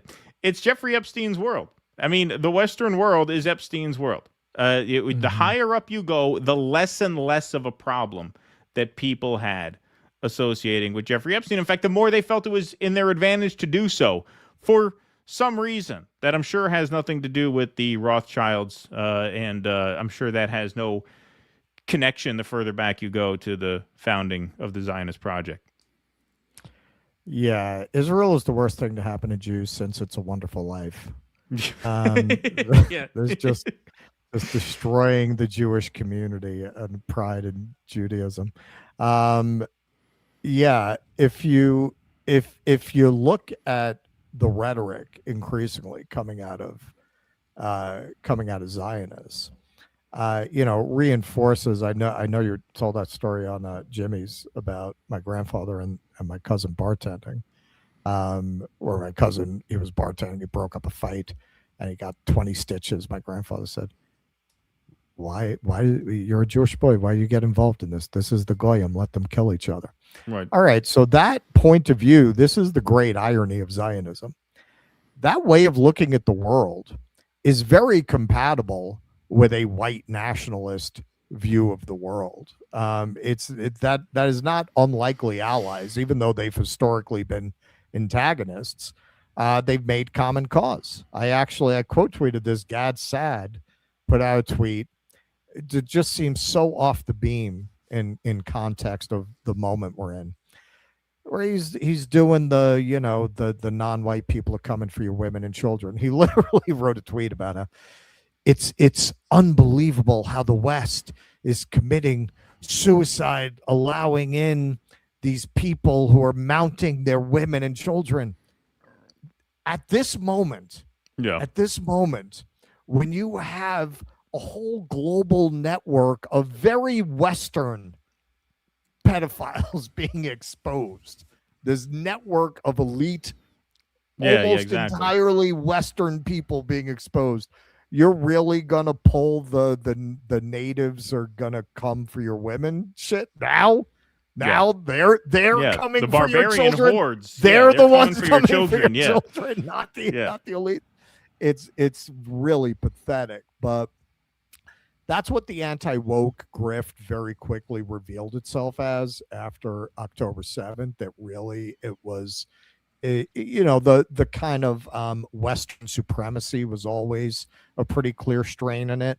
Post October 7th, it just became straight up white supremacy. And it's very compatible with Zionist supremacy.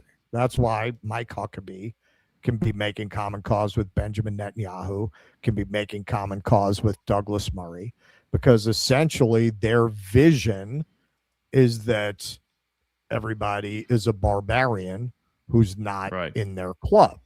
And for the Christian Zionists, the Jews are a useful tool, and vice versa. I mean, that's an alliance where the Christian Zionists are saying, yeah, you know, we have to work with these fucking disgusting reptiles until Jesus comes. And then, you know, they'll all go to hell. So I'm going to forget about how they cut off my dog's tail for no good reason at all and rearranged all my furniture to scare me. And, on the Jewish side, they're saying, yes, we will buy the time. Right now, we say, oh, we love everybody. Eventually, we will be the master and you will be under us. So you got two people who basically hate each other, but they have a common cause. And essentially, they have a common worldview that everyone else who's not them is inferior, right? They don't like, and if you did eliminate everybody else, they would actually turn on each other.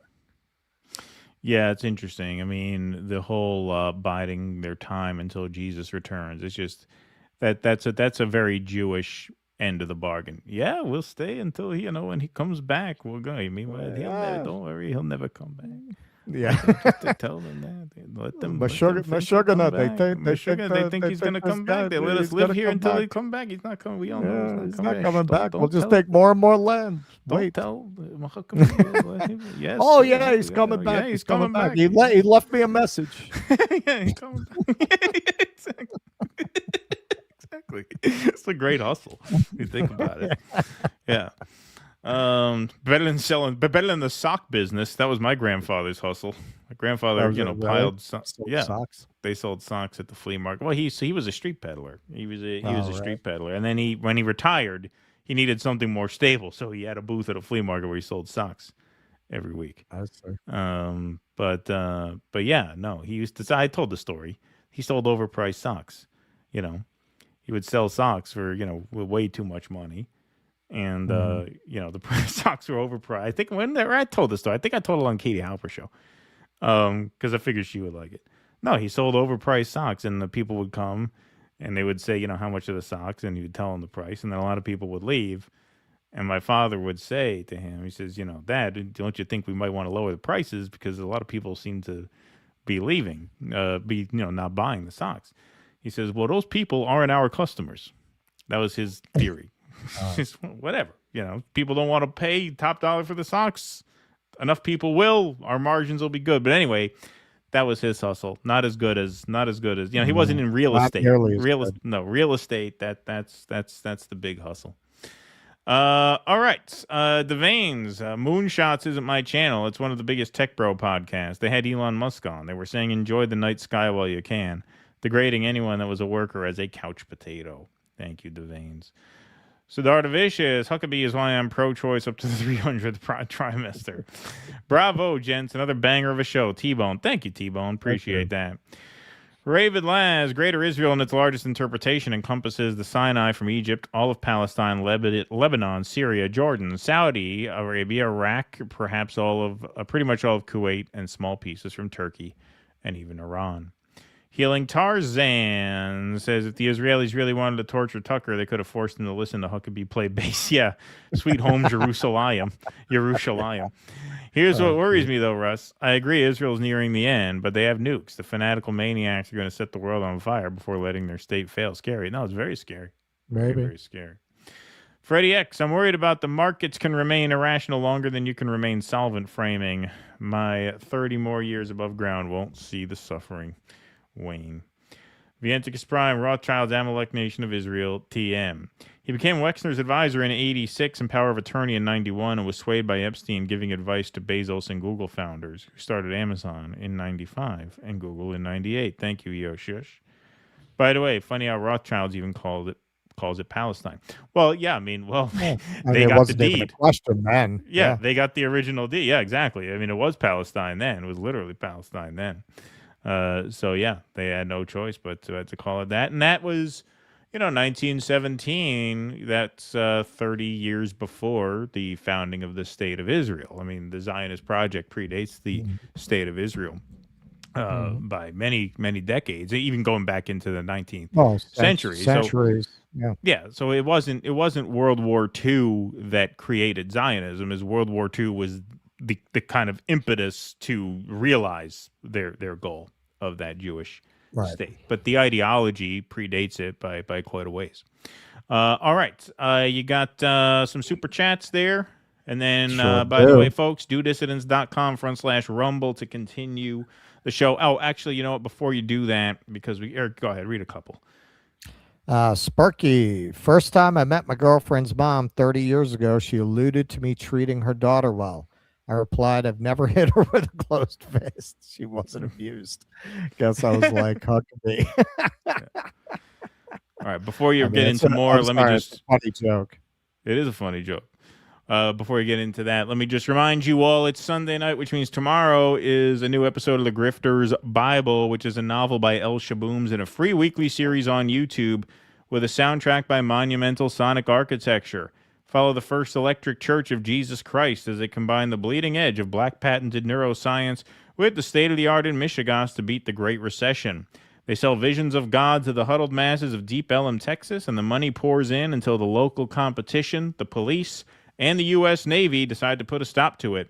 There's ass whoopings, car chases, and a showdown at high noon on Good Friday in Dodge City. It's sci-fi noir. It's a picaresque thriller. It's a western from 10 minutes in the future.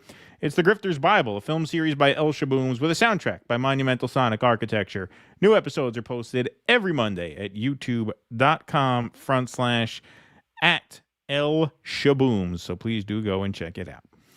Okay, let's take the rest of our super chats. Okey-doke.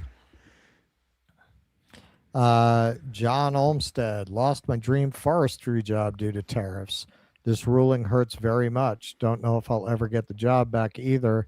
Timber futures are chaos right now. Sorry to hear that, John. You've told us about that before, haven't you? That sounds familiar. Frankie Checkers. Dang, Russ, relax. It was just a question. Which was We're the relaxed. question? We didn't. Yeah, we're About us relaxed. being on Fridays. We're relaxed. Yeah. Other question. Do you guys communicate with ex-followers or primarily just post? Just a question. No, we don't communicate with X-Files. See, now I'm going to be not relaxed. See, that's it. You triggered them. Yeah, you triggered me. You triggered me. I personally, I have always hated the platform. Even before Elon bought it, I always saw that it was designed to be like neurological crack to make you like want to sit on there. And I don't want to live like that. That's why I post a lot of memes, because it's no effort. I'll steal a meme and just repost it just to keep the account active. I don't like to spend time there.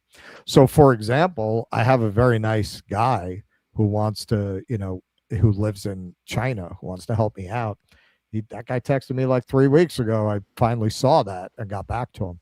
So I personally just don't even check it that much. I don't like to be there. So that's my answer. You can answer that if you want. Well, it's funny, speaking of communicating with people, yeah, I mean, we're on X. We post there from time to time. Like I respond to comments sometimes. Yeah. But yeah, it's funny because speaking of responding to people, I see Tusker's got another super chat, because I think it was Tusker that once said she thought I was more of an anarchist than anything else. Because people, sometimes ask you, "What are you?" And it probably, when you were asking about to Pete Hager, so what do you think you should identify as? And so I was just looking around over the weekend of anarchism, and yeah, I think I probably am an anarchist. I'm probably a social anarchist. That's probably what I would say. I'm going to start saying that now when people ask what I am. That I'm a social anarchist. And you know what I find to be the best part of being a social anarchist is no one knows what it means. Well, kind of, yeah. It is completely appropriate as a social anarchist to, when you tell someone you're a social anarchist and they say, well, what's a social anarchist? I feel like it's a really strong social anarchist response to say, look it up and leave me the fuck alone. Oh, yeah. Yeah, it's like perfect for you. That makes total sense to me. It's very consistent with the ideology, and that seems to be an ideology I could really embrace. That's what I am now. So it's like a get off my lawn political philosophy. Yeah, it's a social anarchism. If you ask me what it is, I say go fucking look it up if you want to know what it is. Okay, that's my ideology. I think that's a winner for me. Yeah, it's not exactly the St. Crispin's Day speech, but that's about as much inspirational political rhetoric as you're going to get out of Keaton Weiss. That's the Social Anarchist Manifesto. Andy Look Gardner. it up and leave me alone. Andy Gardner, my lawyer is a real battle axe, as Norm Macdonald would say. Yeah. Tusker, Wexner is nothing more than a jailhouse rat. Well, he ain't ratting. That's why he's still breathing.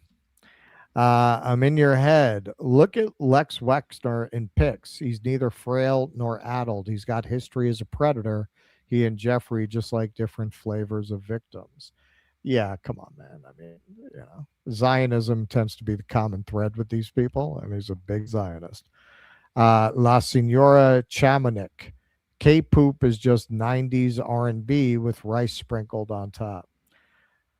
I mean, honestly, I submit that to Rolling Stone magazine as a review. Yeah. Jolly Man Big Boy. I heard a story about a submarine crew that passed around Prince Andrew's glove and endowed it with their seed. They said their punishment was worth it. That's pretty funny. Yeah, I've recommended this book before. I mean, look, it's a commitment. From Dawn to Decadence, 500 Years of Western Civilization by Jacques Berzon. And the point that he makes that really stayed with me is when cultures are exhausted, they start repeating their old forms. And that's where we are. That's why everything sounds like something somebody else did. Right? Like not just inspired by it, like it's not even building on it. It's just re-articulating it, regurgitating it, just doing some studio tricks to try to make it different, but that doesn't really make it different, right? So I think it's a reflection of where the culture is, that the music is this bad. Yeah, it's pretty brutal. Pretty brutal on a whole. Vianticus Prime, lately I've been thinking more at the idea of nukes in Israel is more to destroy the land itself. Thank you, Vianticus. Sunrise, People's Forum did a 5-part short course on Palestine with Rashid Khalidi. Oh, wow. Enlightening and helpful to understand Palestine. Awesome. Well, that sounds great. Oh, the People's Forum did that? Yeah. I mean, honestly, when I go back, we've gone back and forth. I talked to them about doing some live stuff there. I think I might pursue that.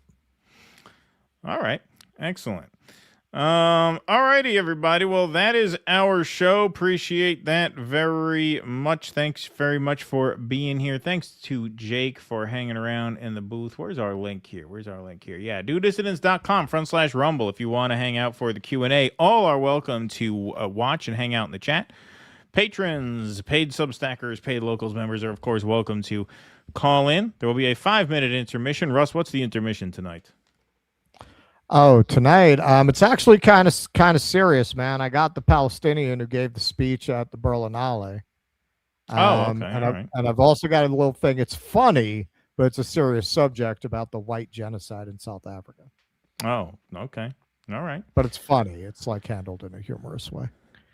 All right. Well, dudissidents.com/rumble. We got 989 of you over there in the Rumble chat. Thanks, everybody, very much for being here tonight. Thanks to our guest, Pete Hager, for joining us. And we will see you all back here, if you're not sticking around for the Q&A, at 1 p.m. Eastern on Tuesday. And then don't forget, patrons, you get to hang out with us for the State of the Union. We'll be live streaming that Mystery Science Theater style on Tuesday night for your viewing pleasure. So thanks, everybody, very much for being here. Thanks for spending the night with us. We'll take a 5-minute break, and we'll see you all on the Rumble side for the Q&A. Until then, thanks again. Be safe and be well. Courage! Please clap.